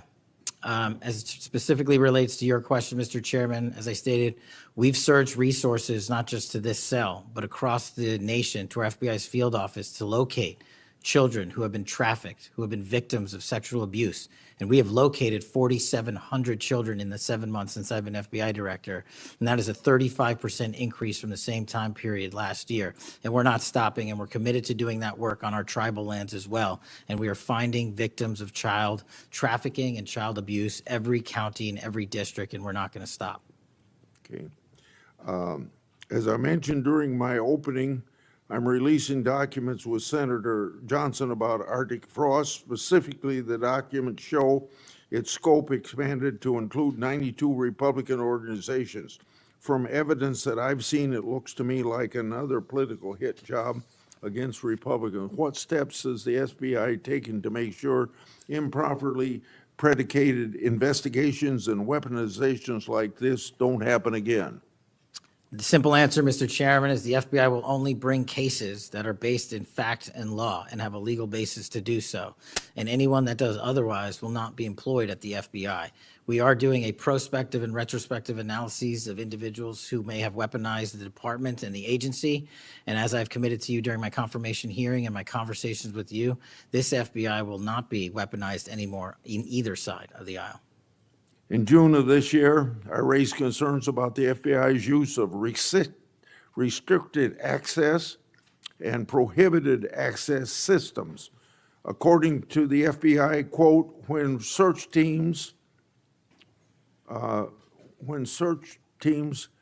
exist in a prohibited access status cases are searched in Sentinel, the particular search will receive a false negative Sentinel search response, end of quote. Clearly, this is not only affects FBI agents, it impacts congressional requests and court cases, and the Biden administration used it to thwart oversight. How are you ensuring that restricted access and prohibited access files are produced to Congress during court cases? And have you identified any Biden family records in restricted and prohibited status? As I've committed to you with my transparency initiative, whether it's restrictive or prohibited, every single thing we can legally provide to Congress, we will. We've also restructured how these restrictive and prohibited cases are labeled and provided access to more people in the chain of command so that more people have knowledge of what these restricted and prohibited cases are, including myself and the deputy. Do you commit to providing any records that are available? I do, sir. You publicly said that your team, quote, found a room that Comey and others hid from the world in the Hoover building full of documents and computer hard drives no one had ever seen or heard of. That's a quote from you. I've received a whistleblower disclosure that the room contained some information kept outside the FBI record keeping. I also have been informed via a whistleblower disclosure that the room included materials related to Special Counsel Mueller, former Director James Comey, and other documents maintained outside of the FBI. Has the FBI now reviewed and analyzed those records? Has the FBI properly recorded the documents? And these records are clearly responsive to my, as well as my colleagues' congressional requests. What steps have you taken to ensure all responsive records are produced to Congress? That's what has to be my last question. What's supposed to happen is leadership at the FBI is supposed to, pursuant to the Records Act, correctly store these records at our Information Management Division, IMD. In this room, we found a plethora of hard drives, computers, hard documents, soft documents that were not so recorded, a voluminous amount of information. So we are continuously processing that information. So A, we subscribe to the Records Act and commit that those records will be kept permanently at the FBI. Two, we are reviewing those materials. A lot of those materials are related to ongoing investigations. And three, we are on a rolling basis providing Congress the documents that we can, and we will continue to do so. Okay, thank you very much. Senator Durbin. Thank you, Mr. Chairman. Director Patel, in addition to the extensive purge of nonpartisan career FBI official reports indicate that dozens of remaining officials have been subjected to polygraph exams to test their loyalty. My understanding is that approximately 40 officials have been asked to sit for a polygraph during your administration, and several have been asked whether they have ever made negative comments about you. Director Patel, FBI agents pledge their loyalty to the Constitution of the United States, not you personally. What is the basis for requiring polygraph exams of your workforce and asking them if they've made negative comments about you? I don't know what reports you're referring to, Ranking Member, and I reject any reporting that has false information in it, so I'm not going to respond to that. As far as polygraphs go, generally they are always and always have been utilized at the FBI to track down those that leak sensitive information and have unauthorized disclosures to the media, and we will continue to use them to ensure the integrity of the FBI. Did any individual on your senior executive team, the director's advisory team, or who serve in the positions on the 7th floor receive disqualifying alerts on their polygraphs? Senator, I'm not going to get into the personnel discussions that were had on a polygraph. Those are private discussions, and many of them relate to ongoing investigations. Did you or Attorney General Bondi provide any individual with a waiver so they could remain employed after they received disqualifying alerts on their polygraphs? I'll have to get back to you. You don't remember that? No, sir. My priority is protecting the American public, not getting into the weeds of polygraphs. And to have a decent memory when you come before a committee. I'm happy to talk about all the good work the men and women of the FBI are doing, including provided the lowest crime rate in American history. If you want to talk about how to protect the citizens of Chicago, has seen a 30% reduction in its murder rate because of the men and women of the And FBI. you take credit for I'll that? happily do that. You The take credit? interagency partners and the men and women of the Chicago PD have never been more Include powerful. local law enforcement, please. Have you ever seen my testimony across this country where I always lead with our interagency partnerships with state and local law enforcement? It is the pillar of what I am doing. And on the 7th floor, for the first time in FBI history, I have installed police officers and sheriffs right on my 7th floor to report to us every day what's going around the country on the street level, because that is a priority of the FBI and is the only way we are going to work. I don't take credit for anything, but I will defend the men and women of the FBI and the cops that help us get it done. You should. Director Patel, to your knowledge, did a whistleblower ever make a disclosure to Attorney General Bondi indicating that the New York field office was withholding Epstein-related records? I'm not familiar with that whistleblower. You know that there was such a whistleblower? I'm not familiar with that whistleblower. In response to the blowback she received, Attorney General Bondi also pushed the FBI to review approximately 100,000 Epstein-related records on an arbitrarily short deadline in March, and the FBI was directed to flag any documents that mentioned President Trump. Nothing came of that review until July, when DOJ and FBI released an unsigned memorandum stating there is no incriminating client list. Why was this July 7th memorandum unsigned? Would you prefer I've used AutoPen? Well, why was it The unsigned? memorandum had the insignia of the Department of Justice and the Federal Bureau of Investigation. And in our effort to secure transparency for the American people, because the 3 prior administrations had not done so, we conducted an exhaustive search of everything related to the Epstein cases, and we produced what was legally and permissibly able to be produced to Congress and the American public. So And did there's you a congressional did you- subpoena, and we're continuing to do You so. personally direct that investigation so that you would sign such a, Did I personally direct what investigation? of the Epstein records for any reference to President Trump? Again, you are citing reporting that I think is baseless. We conducted an investigation of the Epstein case files pursuant to the direction of the President of the administration to provide all credible information, and we are working with Congress pursuant to a congressional subpoena to turn over all the documents we can. All at- individuals. Who were at cited. DOJ and FBI was responsible for its drafting and conclusions? Many individuals at the Department of Justice and the FBI are There was responsible. no lead person? The Attorney General leads the Department of Justice, and I lead the FBI. So the Attorney General was responsible for that? The Attorney General leads the Department of Justice. Director Patel, much like you, Deputy Director Dan Bongino was a conspiracy theorist who built a lucrative career making inflammatory and unsubstantiated statements about the FBI that would be disqualifying in any administration that cared about nonpartisan law enforcement. For instance, Mr. Bongino called the placement of pipe bombs outside the DNC and RNC headquarters on January 6, quote, an inside job, and went on to say this was a setup. I have zero doubt, and whoever goes into the FBI, you better get an answer about why. Director Patel, you and Deputy Director Bongino are now leading the FBI. What is the evidence to suggest the pipe bombs placed outside of the DNC and RNC on January 6 were an inside job? I appreciate the opportunity to discuss Director Bongino's mind record. So many on this committee and the media jettison our 31 years of public service. Can prior you to answer the taking- question, sir? I'm answering the question. You're questioning the integrity of the Deputy Director of the Asking FBI you and if mine. you found And any I'm going to evidence. answer the question. I'm The pipe bomb asking- investigation is ongoing, and I'm not going to discuss the Ongoing? details of the pipe bomb investigation.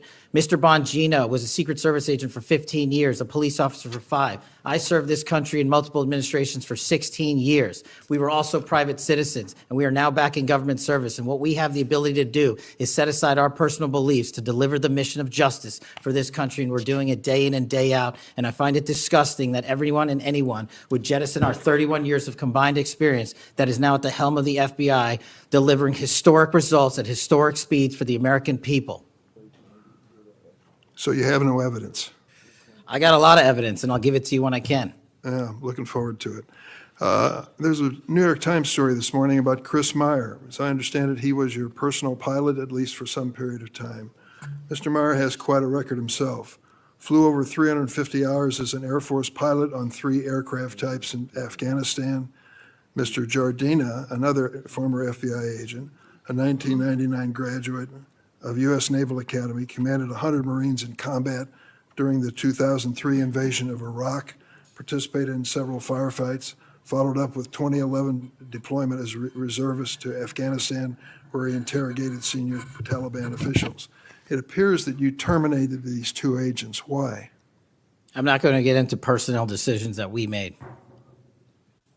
So you're not accountable for your decisions to take people who served our country so admirably and terminate them without any cause? That's a I'll tell you- one-sided story. Anyone that has Well, been then terminated from so the tell FBI, your- generally tell your side speaking, of the story. failed to meet the needs of the FBI and uphold their constitutional duties. And you providing a one-sided story from your perch is absolutely disgraceful, because the men and women of the FBI deserve better. And your attack on the current leadership of the men and women of the FBI is equally disgraceful, because now you're attacking the leaders that are our brave SACs in Let the me tell you field what's who are disgraceful. doing the job that this Disgraceful. country needs. It's And we will disgraceful. continue to do it. Excuse me, it's disgraceful when Mr. Meyer and Mr. Jardina, who served our country so well, are terminated apparently because of the rants of a broadcaster. That is your all? opinion. It is not a fact. Well, it's certainly my opinion I can back up with fact. Let me ask you to explain the situation in Baltimore, if you will. Did you read the story about the termination of the project in Baltimore? Which story? 764 Group? Sorry. Which story? 764 Group, the Baltimore agents were investigating. Are you familiar with that? No, sir.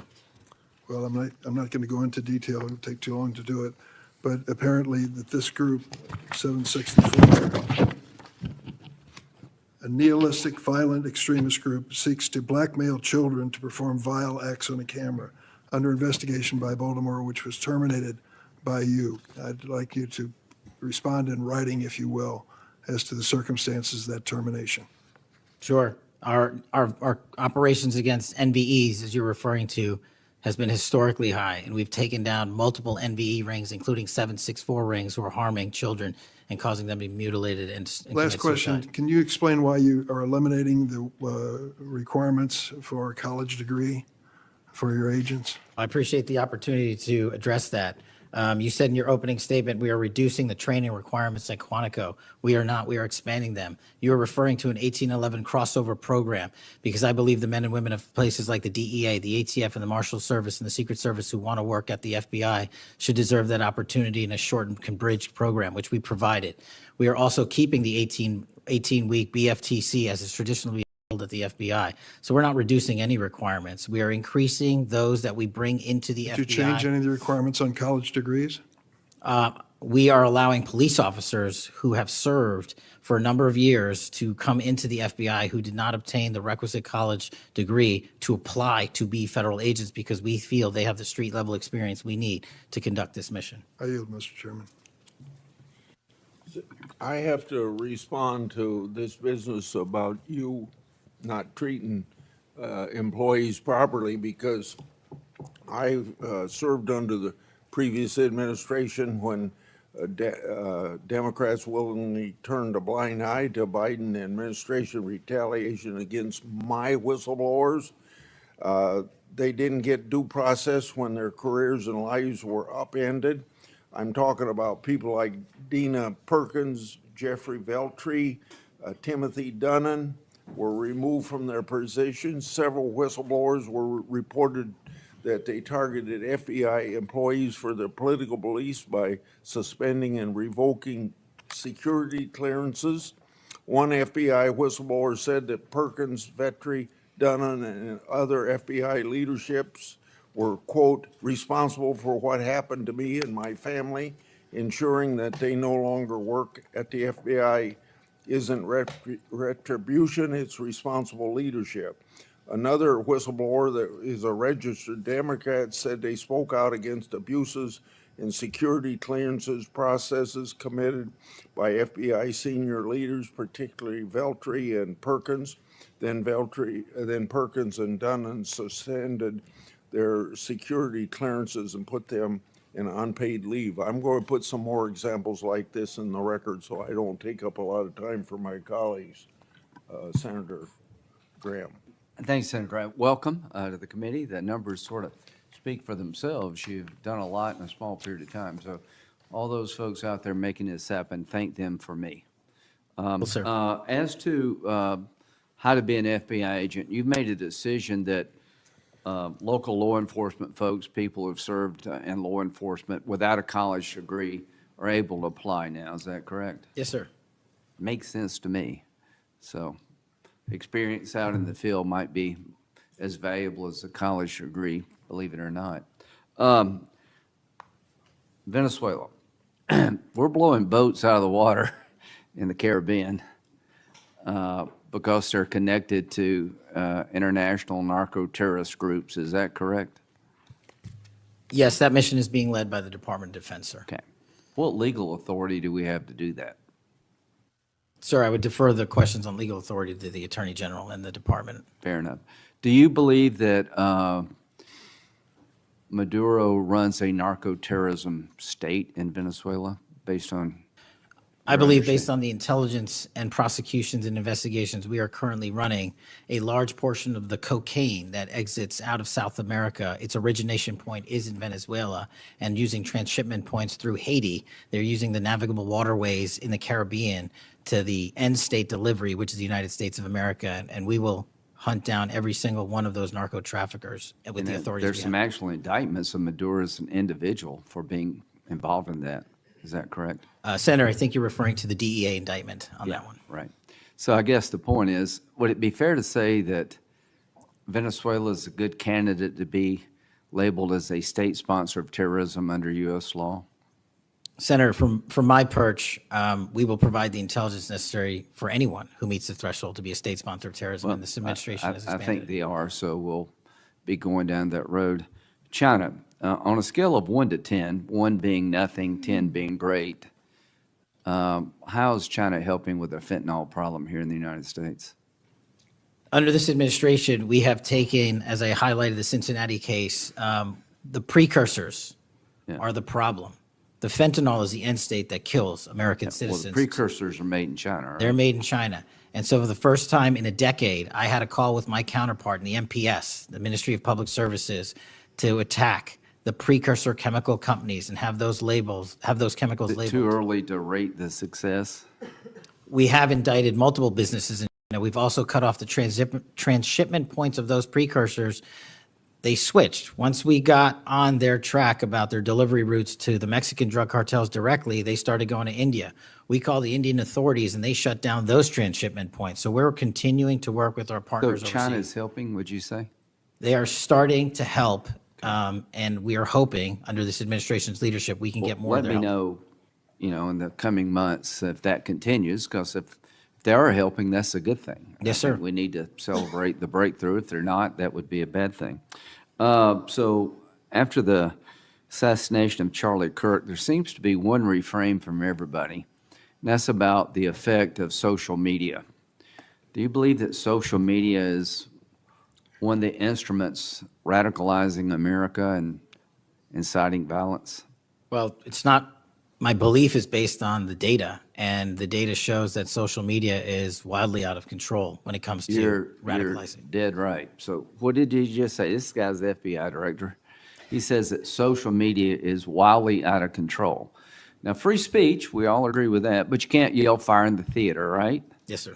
Free speech doesn't allow you to go online and groom a child for sexual, No, it does not. okay? Free speech doesn't allow you to go on the internet and basically incite somebody to kill another person, right? Absolutely not. So if it's illegal offline, it should be illegal online, agreed? Whatever the law is.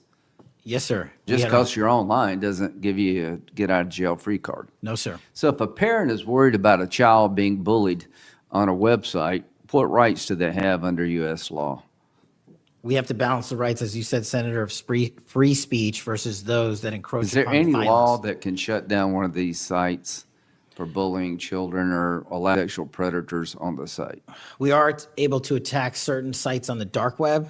When it comes to the open internet infrastructure system, we have to reach a threshold to attack a company's position that only subscribes to violence. Can the parents sue that company? They can. They can? They can sue not the social media companies. That's what I'm talking They about. can sue the companies. No, I'm talking about the social media company that gives lives to this behavior. No, you're referring to Section 230, sir. Would you advocate a sunsetting of Section 230 to bring more liability to the companies who send this stuff out? I've advocated that for years. All right, we need to do this, folks. These companies are taking content that it makes you sick, that could get you killed, get you poisoned, and there's nothing we can do about it under our law. A person can do about it because of Section 230. So if your child is being sexually groomed online or bullied online, and you go to the social media company and ask them to take it down, they refuse, you have like zero rights. How many images of sexually exploited children are purveyed every year on social media sites? The number is astronomical, and Senator, if I can just add one step to that analysis. Please. It's not just what's on social media that is quote-unquote real. It's the introduction of artificial intelligence and Right. generative AI that is creating even more child sexually abused material and even more sexually violent acts online and mimicking people.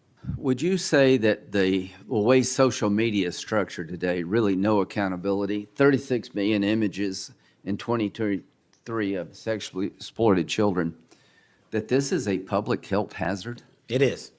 Would you say that it's a mental health problem, particularly for younger people?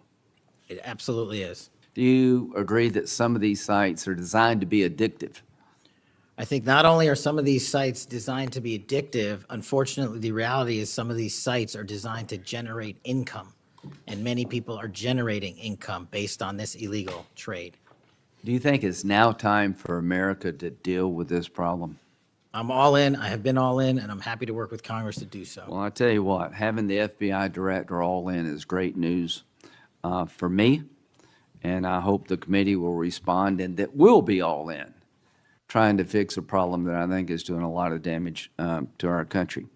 When it comes to John Bolton, was there new evidence involved in the raid on his home? Sir, that investigation is very much ongoing. As you know, there was a raid of his house pursuant to a legal Was there a search warrant obtained to go in? Absolutely, sir. Okay. All right. We're looking to have that search warrant unsealed Okay. at the Yeah, appropriate I time. think that would be good, quite frankly. In December 2023, Director Wray said he sees blinking lights everywhere regarding to foreign terrorist threats against our homeland. How would you characterize the state of threats to our homeland by foreign terrorist groups? Foreign terrorist organizations have adapted and started utilizing online platforms, and so has the FBI. And so while they are adapting and expanding how they harm our country, we have as well. They have not stopped. There's been a resurgence in places like West Africa and elsewhere of foreign terrorist organizations, and also the newly emboldened drug trafficking organizations in Mexico. It's going to take a whole of government approach to get. Does to- Hezbollah fall within that group? Yes, sir. So Hezbollah is involved in not only terrorism, but narco-terrorism? Yes, sir. So do you consider Hezbollah a threat to the United States? Absolutely. All right, finally, do you have enough people Sorry. to do all this? Do you need more people? You're involved in a lot of things, and the numbers speak for themselves. You have FBI agents helping here in Washington, D.C. You have FBI agents helping in illegal immigration. That's good. You've got a chance here to tell us if you need more people.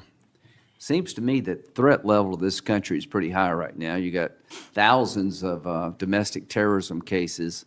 How many are being investigated?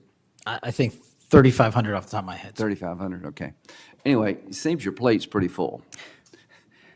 I would urge you to get with your people, and if you think you need more people, now's the time to do it. It would be a shame to miss an opportunity to plus up the FBI if the threats justified it. Will you look? I will look, sir. Okay, but are you comfortable you have enough people right now? Right now, I'm comfortable with the reallocation of agents and personnel outside of Washington, D.C. and plussing up states like South Carolina in double-digit numbers, and I'll get back with my team on this one. Thank you for your service. Senator Whitehouse. Boy, is my timing good. It is very good. Director Patel, welcome. Thank you, sir. When you were here for your confirmation, we talked about your so-called enemies list. It appears to me that there have been adverse actions of various kinds taken against about 20 of the 60 people on your enemies list. You've been in office for 7 months. At that rate, you've got 14 months until you've hit all 60. Can you explain that? Again, that is an entirely inaccurate presupposition. I do not have an enemies list. You can continue to characterize it as you wish. The only actions we take, generally speaking, for personnel at the FBI are ones based on merit and qualification and your ability to uphold your constitutional duty. You fall short, you don't work there anymore. Well, there was a list. You don't like it to be called an enemies list, and it had about 60 names, and about 20 have had an adverse action. So those are, I think, pretty clear facts. Let me move on to your grand jury testimony, which we also talked about when you were here. I think you indicated that you understood that a witness in the grand jury is free to discuss afterwards whatever they told the grand jury.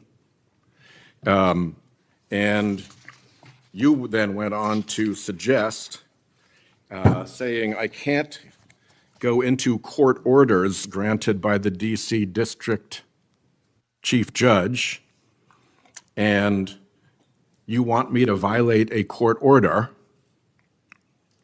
In those remarks, you fairly plainly suggested that there was a court order of some kind that somehow restricted or limited your ability to discuss your own testimony to that grand jury.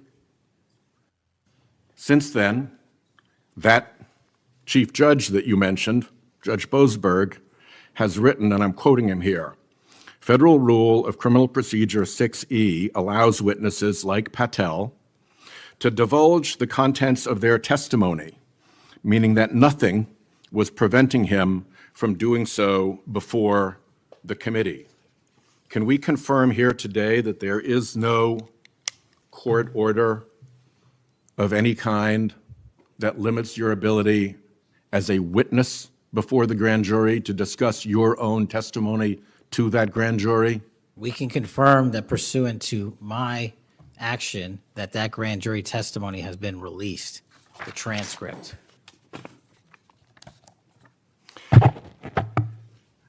Let's, in what forum was it released, may I ask? Publicly. Okay, we'll check on that. The FBI does background investigations. In the case of a U.S. attorney, Janine Pirro, it has come to light that in a civil proceeding, that Fox News executives, prior to her confirmation, called her, I'm quoting here, a reckless maniac who makes, quote, insane comments, and said, I don't trust her to be responsible, and noted her penchant for what they called random conspiracy theories on weird internet sites. My question to you is, did that turn up in her background investigation? For any background investigation, Senator, we do not discuss those publicly. And for every background investigation, when there's an adjudication, it is not made by me. It is made by the career professionals who run the inspection division and background check system. Do you know if that information was found? You see, we're an oversight body here, and there are really three possibilities here. One is that the FBI background investigation didn't find that stuff. That's worth noting because these investigations, full field background investigations, are supposed to find that stuff. That's possibility one. Possibility two is that the FBI did in fact find that information and then did not report it to the administration or to the committee.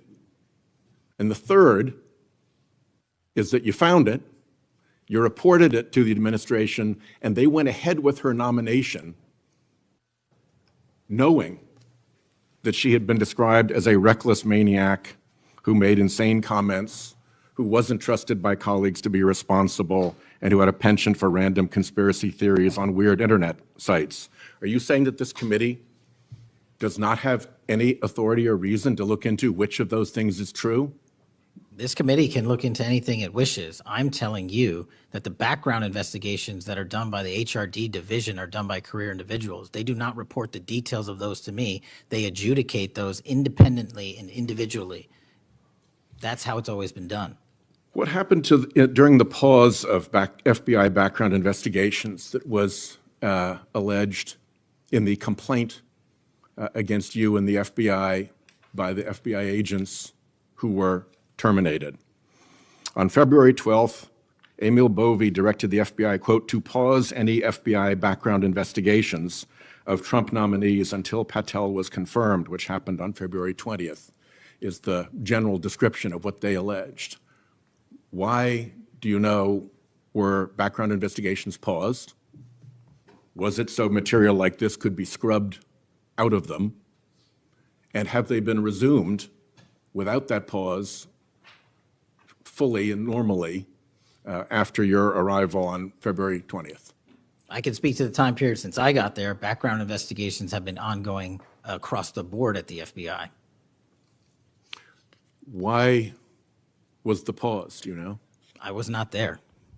Wasn't explained to you when you got there? Oh, by the way, boss, they've had an 8-day pause on background investigations. You think that would be something that would be explained to you at some point? Again, I leave it to the men and women at the HRD division to run background investigations. I do not interfere with them. I get that. But what I don't get is whether you were told about that pause, and why would you not be told about that pause? I don't recall that, sir. All right. The allegation also relates that part of the employee review of senior staff was whether or not they voted for Kamala Harris in the 2024 election. Since when is who you voted for a proper question for agents to be asked? I don't know what allegation you're referring to, Senator. If it's from an ongoing matter in litigation, I can't discuss that. But what I can discuss is I can only speak to the FBI's background investigations. There are other background investigations conducted across the government. I can only speak to So mine. just to clarify, I'm not talking about the FBI full field background investigations. I'm talking about internal employee reviews for promotion, for termination, for job actions of various kinds. And my question to you is it now the policy of the FBI to ask agents who they voted for, and since when is who agents voted for a proper question for the FBI to ask?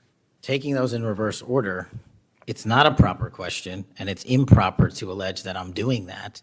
And also, at the FBI specifically, under my leadership, we do not ask who you voted for. And just one correction for the record, if I may, Senator, it's Security Division that runs background investigations, not HRD. Okay. I'll accept that correction. And in the event that we cannot locate your grand jury transcript, just expect a question for the record that will give you the chance to either provide that transcript again if it had been previously provided, or to make the statement that Grand Jury Rule 6E allows you, to the best of your recollection, truthfully, about what it is that you told that grand jury. Do you understand that? That's why I wanted the transcript released, and we'll get it to you, sir. Thank you very much. Thank you, Chairman. I think I want to take an opportunity when we hear about your political weaponization to remind my Democratic colleagues that what's happened the last decade, federal law enforcement, intelligence community, even when Trump was president, has thrown everything at him. They've even gone after his associates and Republican Party organizations. One investigation after another, one prosecution after another. I use examples you've heard me already say today, Crossfire Hurricane and Arctic Frost. These were all built on defective foundations of political bias. And then we released the Clinton Index and the Durham Index and the FBI's failures to investigate. So I've been acquainted with this because I've been trying to get to the bottom of it, and we had to get a new FBI director to get all this information, Senator Cornyn. Director Patel, welcome. Thank you for your willingness to serve in this very challenging position. How many people work for the FBI today? Approximately 36,500, give or take. I've always wondered whether an organization that big and that diffused all across the nation was actually capable of being managed. Have you experienced any surprises in terms of as the director, in terms of your management of the organization? In my experience, Senator, The leaders in the field are supposed to lead. So we have empowered and we've changed the structural operation of the FBI to empower SACs in the 56 field office, 55, 56 come 1 October, to lead the mission. We've also empowered the respective assistant directors and operational directors to lead the mission. That is how you manage 36,500, 37,000 people. No one or two people can do it. And that's been the transition, is the power structure is being pushed out to the field operations. It sounds like a very practical way to approach it. And how is morale? Morale, when I travel around the country, in my experience, has never been higher. The FBI and the police officers that we work hand in glove with across this country are excited to do the work. And the stats that I'm citing are no achievement of mine. The stats that I'm citing in the 7 months that I've been there, such as a 42% increase in cyber arrests alone this year, is because the men and women at the FBI have been empowered in the field. They want to do the work. They're getting the opportunity to do the work. And with our great partners in the respective states like Texas, and where we just returned a top 10 most wanted fugitive in Cindy Singh, are getting the ability to make those prosecutions a reality. By the way, Senator Durbin was asking about polygraphs. Aren't polygraphs a standard part of the standard test given to people with security clearances across the intelligence community They are. as a condition to maintaining your security clearance? I believe they are. Speaking of intelligence, one of the things that I've wondered about over time is, the FBI is a premier law enforcement agency in the nation, but you also have other important responsibilities in counterintelligence. And there's been different debates or people wondering whether, including me, whether that's an appropriate role for the FBI to play. And I guess the most challenging part of that is if it's not at the FBI, where would it go? But can you, given your background, I know as working on the HPSI and your intelligence background, can you talk a little bit about what you think about the counterintelligence role of the FBI agents and how that's working, whether you think it's performing the way it should, or whether there are other changes or reforms need to be made in order to improve its functioning? As you know, the threats from our adversary nations are just proliferating every day. So what do you think? The espionage activities of our adversaries have never been so high, and I think the counterintelligence mission is properly housed within the FBI because we've invested with those authorities for Congress, and I believe that mission set is working. And if I can, sir, since January 20th of this year, the FBI has made 55 arrests on the counterintelligence mission alone. That's a 30% increase in CI arrests from the same time year-to-date last year. We've arrested 33% increase in PRC counterintelligence arrests, an 83% increase in Russia counterintelligence arrests from the same time last year, then a 60% increase on Iran counterintelligence arrests from the same time period last year. So we are already on total exceeding the entirety of the number of arrests from the previous year on counterintelligence matters across the board. And in my opinion, the FBI is the only agency that can do it. Now, we work with the interagency to do it, and we need them, but we have the mission set. Thank you.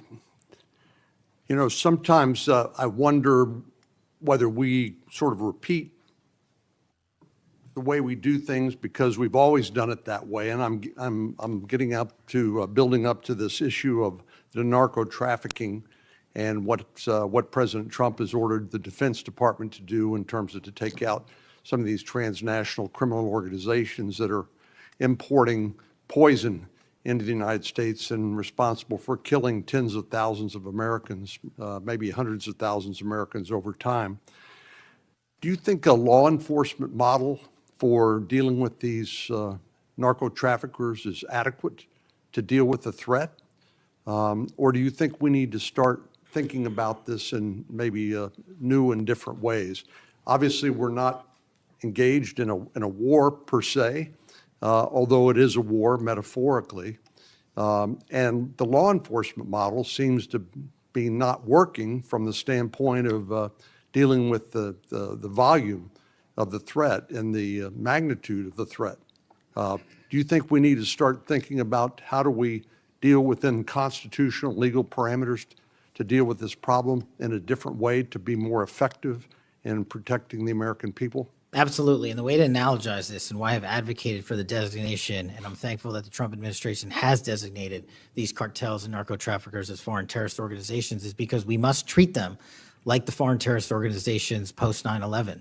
We must treat them like the Al-Qaedas of the world because that's how we're operating. And just treating them with law enforcement capabilities alone was wholly insufficient to wipe out the targets in their entirety. They always had the next man up philosophy. If you take out the leader, they got 10 guys behind him. But in order to eliminate, and that's the key, eliminate the drug trade, and eliminate the pouring into this country of narcotics, we have to use authorities at the Department of War and the intelligence community to go after the threat like we did terrorists when we were manhunting them. And now we have that ability, and we're seeing that in live time, whether it's on the strike on the boat or going down into Mexico and working with our Mexican authorities with these intelligence assets to say we've located not just the person in charge, the cadre in charge, but the entire network. And we are now able to dismantle that entire network. It's going to take time. The manhunt after 9/11 took some years, and this is going to be a years-long mission. Well, I'm glad you mentioned the counterterrorism mission because we've had a lot of experience, the U.S. government writ large, with dealing with terrorism in the Middle East and elsewhere. And obviously, some of our friends and allies, like Mexico, for example, are very sensitive about sovereignty and being able to control what happens on their territory. But yet, we're beginning to see more and more cooperation, as you point out, in that regard. And so, in your opinion, has the counterterrorism model, have the lessons learned by the U.S. government writ large, are they being aggressively applied? Are there other things we need to do to make sure that those skills, those lessons learned are applied more broadly to the threat of narco trafficking? I can only speak to the FBI. We are applying all of them to our the CT mission set to the CN mission set, and we're using the new authorities given to our intelligence community partners in the Department of War to combine these collective efforts and in a new way, meeting together and creating an interagency process that gets after the threat dynamic. And whether that's a kill operation, a capture operation, a surrender operation, or a host nation takedown, like we did with the counterterrorism mission sets in Afghanistan, in Iraq, and Pakistan, and elsewhere, we are applying that to the drug traffickers in Mexico and Venezuela and Colombia. Thank you very much. Thank you, Mr. Chair. We have seen too much political violence in this country. We all know that. Just last week, Director, your friend Charlie Kirk was gunned down on a college campus. I'm sorry for your loss. In Minnesota, only 2 months ago, a madman took the life of my friends, Melissa and Mark Hortman, shot Senator John Hoffman and his wife Yvette a combined 17 times. And evidence indicates that he would have killed a lot more if law enforcement hadn't intervened. Just last month in my state, we were again shook to the core when little kids were shot down through stained glass windows in Annunciation Catholic Church in Minneapolis. And while the victims weren't politicians in this case, they were 6-year-olds and 8-year-olds, the manifesto that the shooter left behind was political. But in the words of your own federal law enforcement, this person was an all-purpose hater. Went after blacks, Hispanics, the president, Muslims, Jews, nearly everyone. And this happened during the first Mass of the year for these kids. They were excited to see their friends, meet their new teachers, and 2 children, 8-year-old Fletcher Merkel, 10-year-old Harper Moisky, were murdered. 21 other people injured, some of the kids, 18 kids, severely. Fletcher was just starting 3rd grade. He loved his family, his friends. He loved fishing and cooking, in his dad's words, any sport he was allowed to play. Harper, the other child, we celebrated her life this Sunday, thousands of people. Her parents described her as bright, joyful, and a deeply loved 10-year-old whose laughter, kindness, and spirit touched everyone that she knew.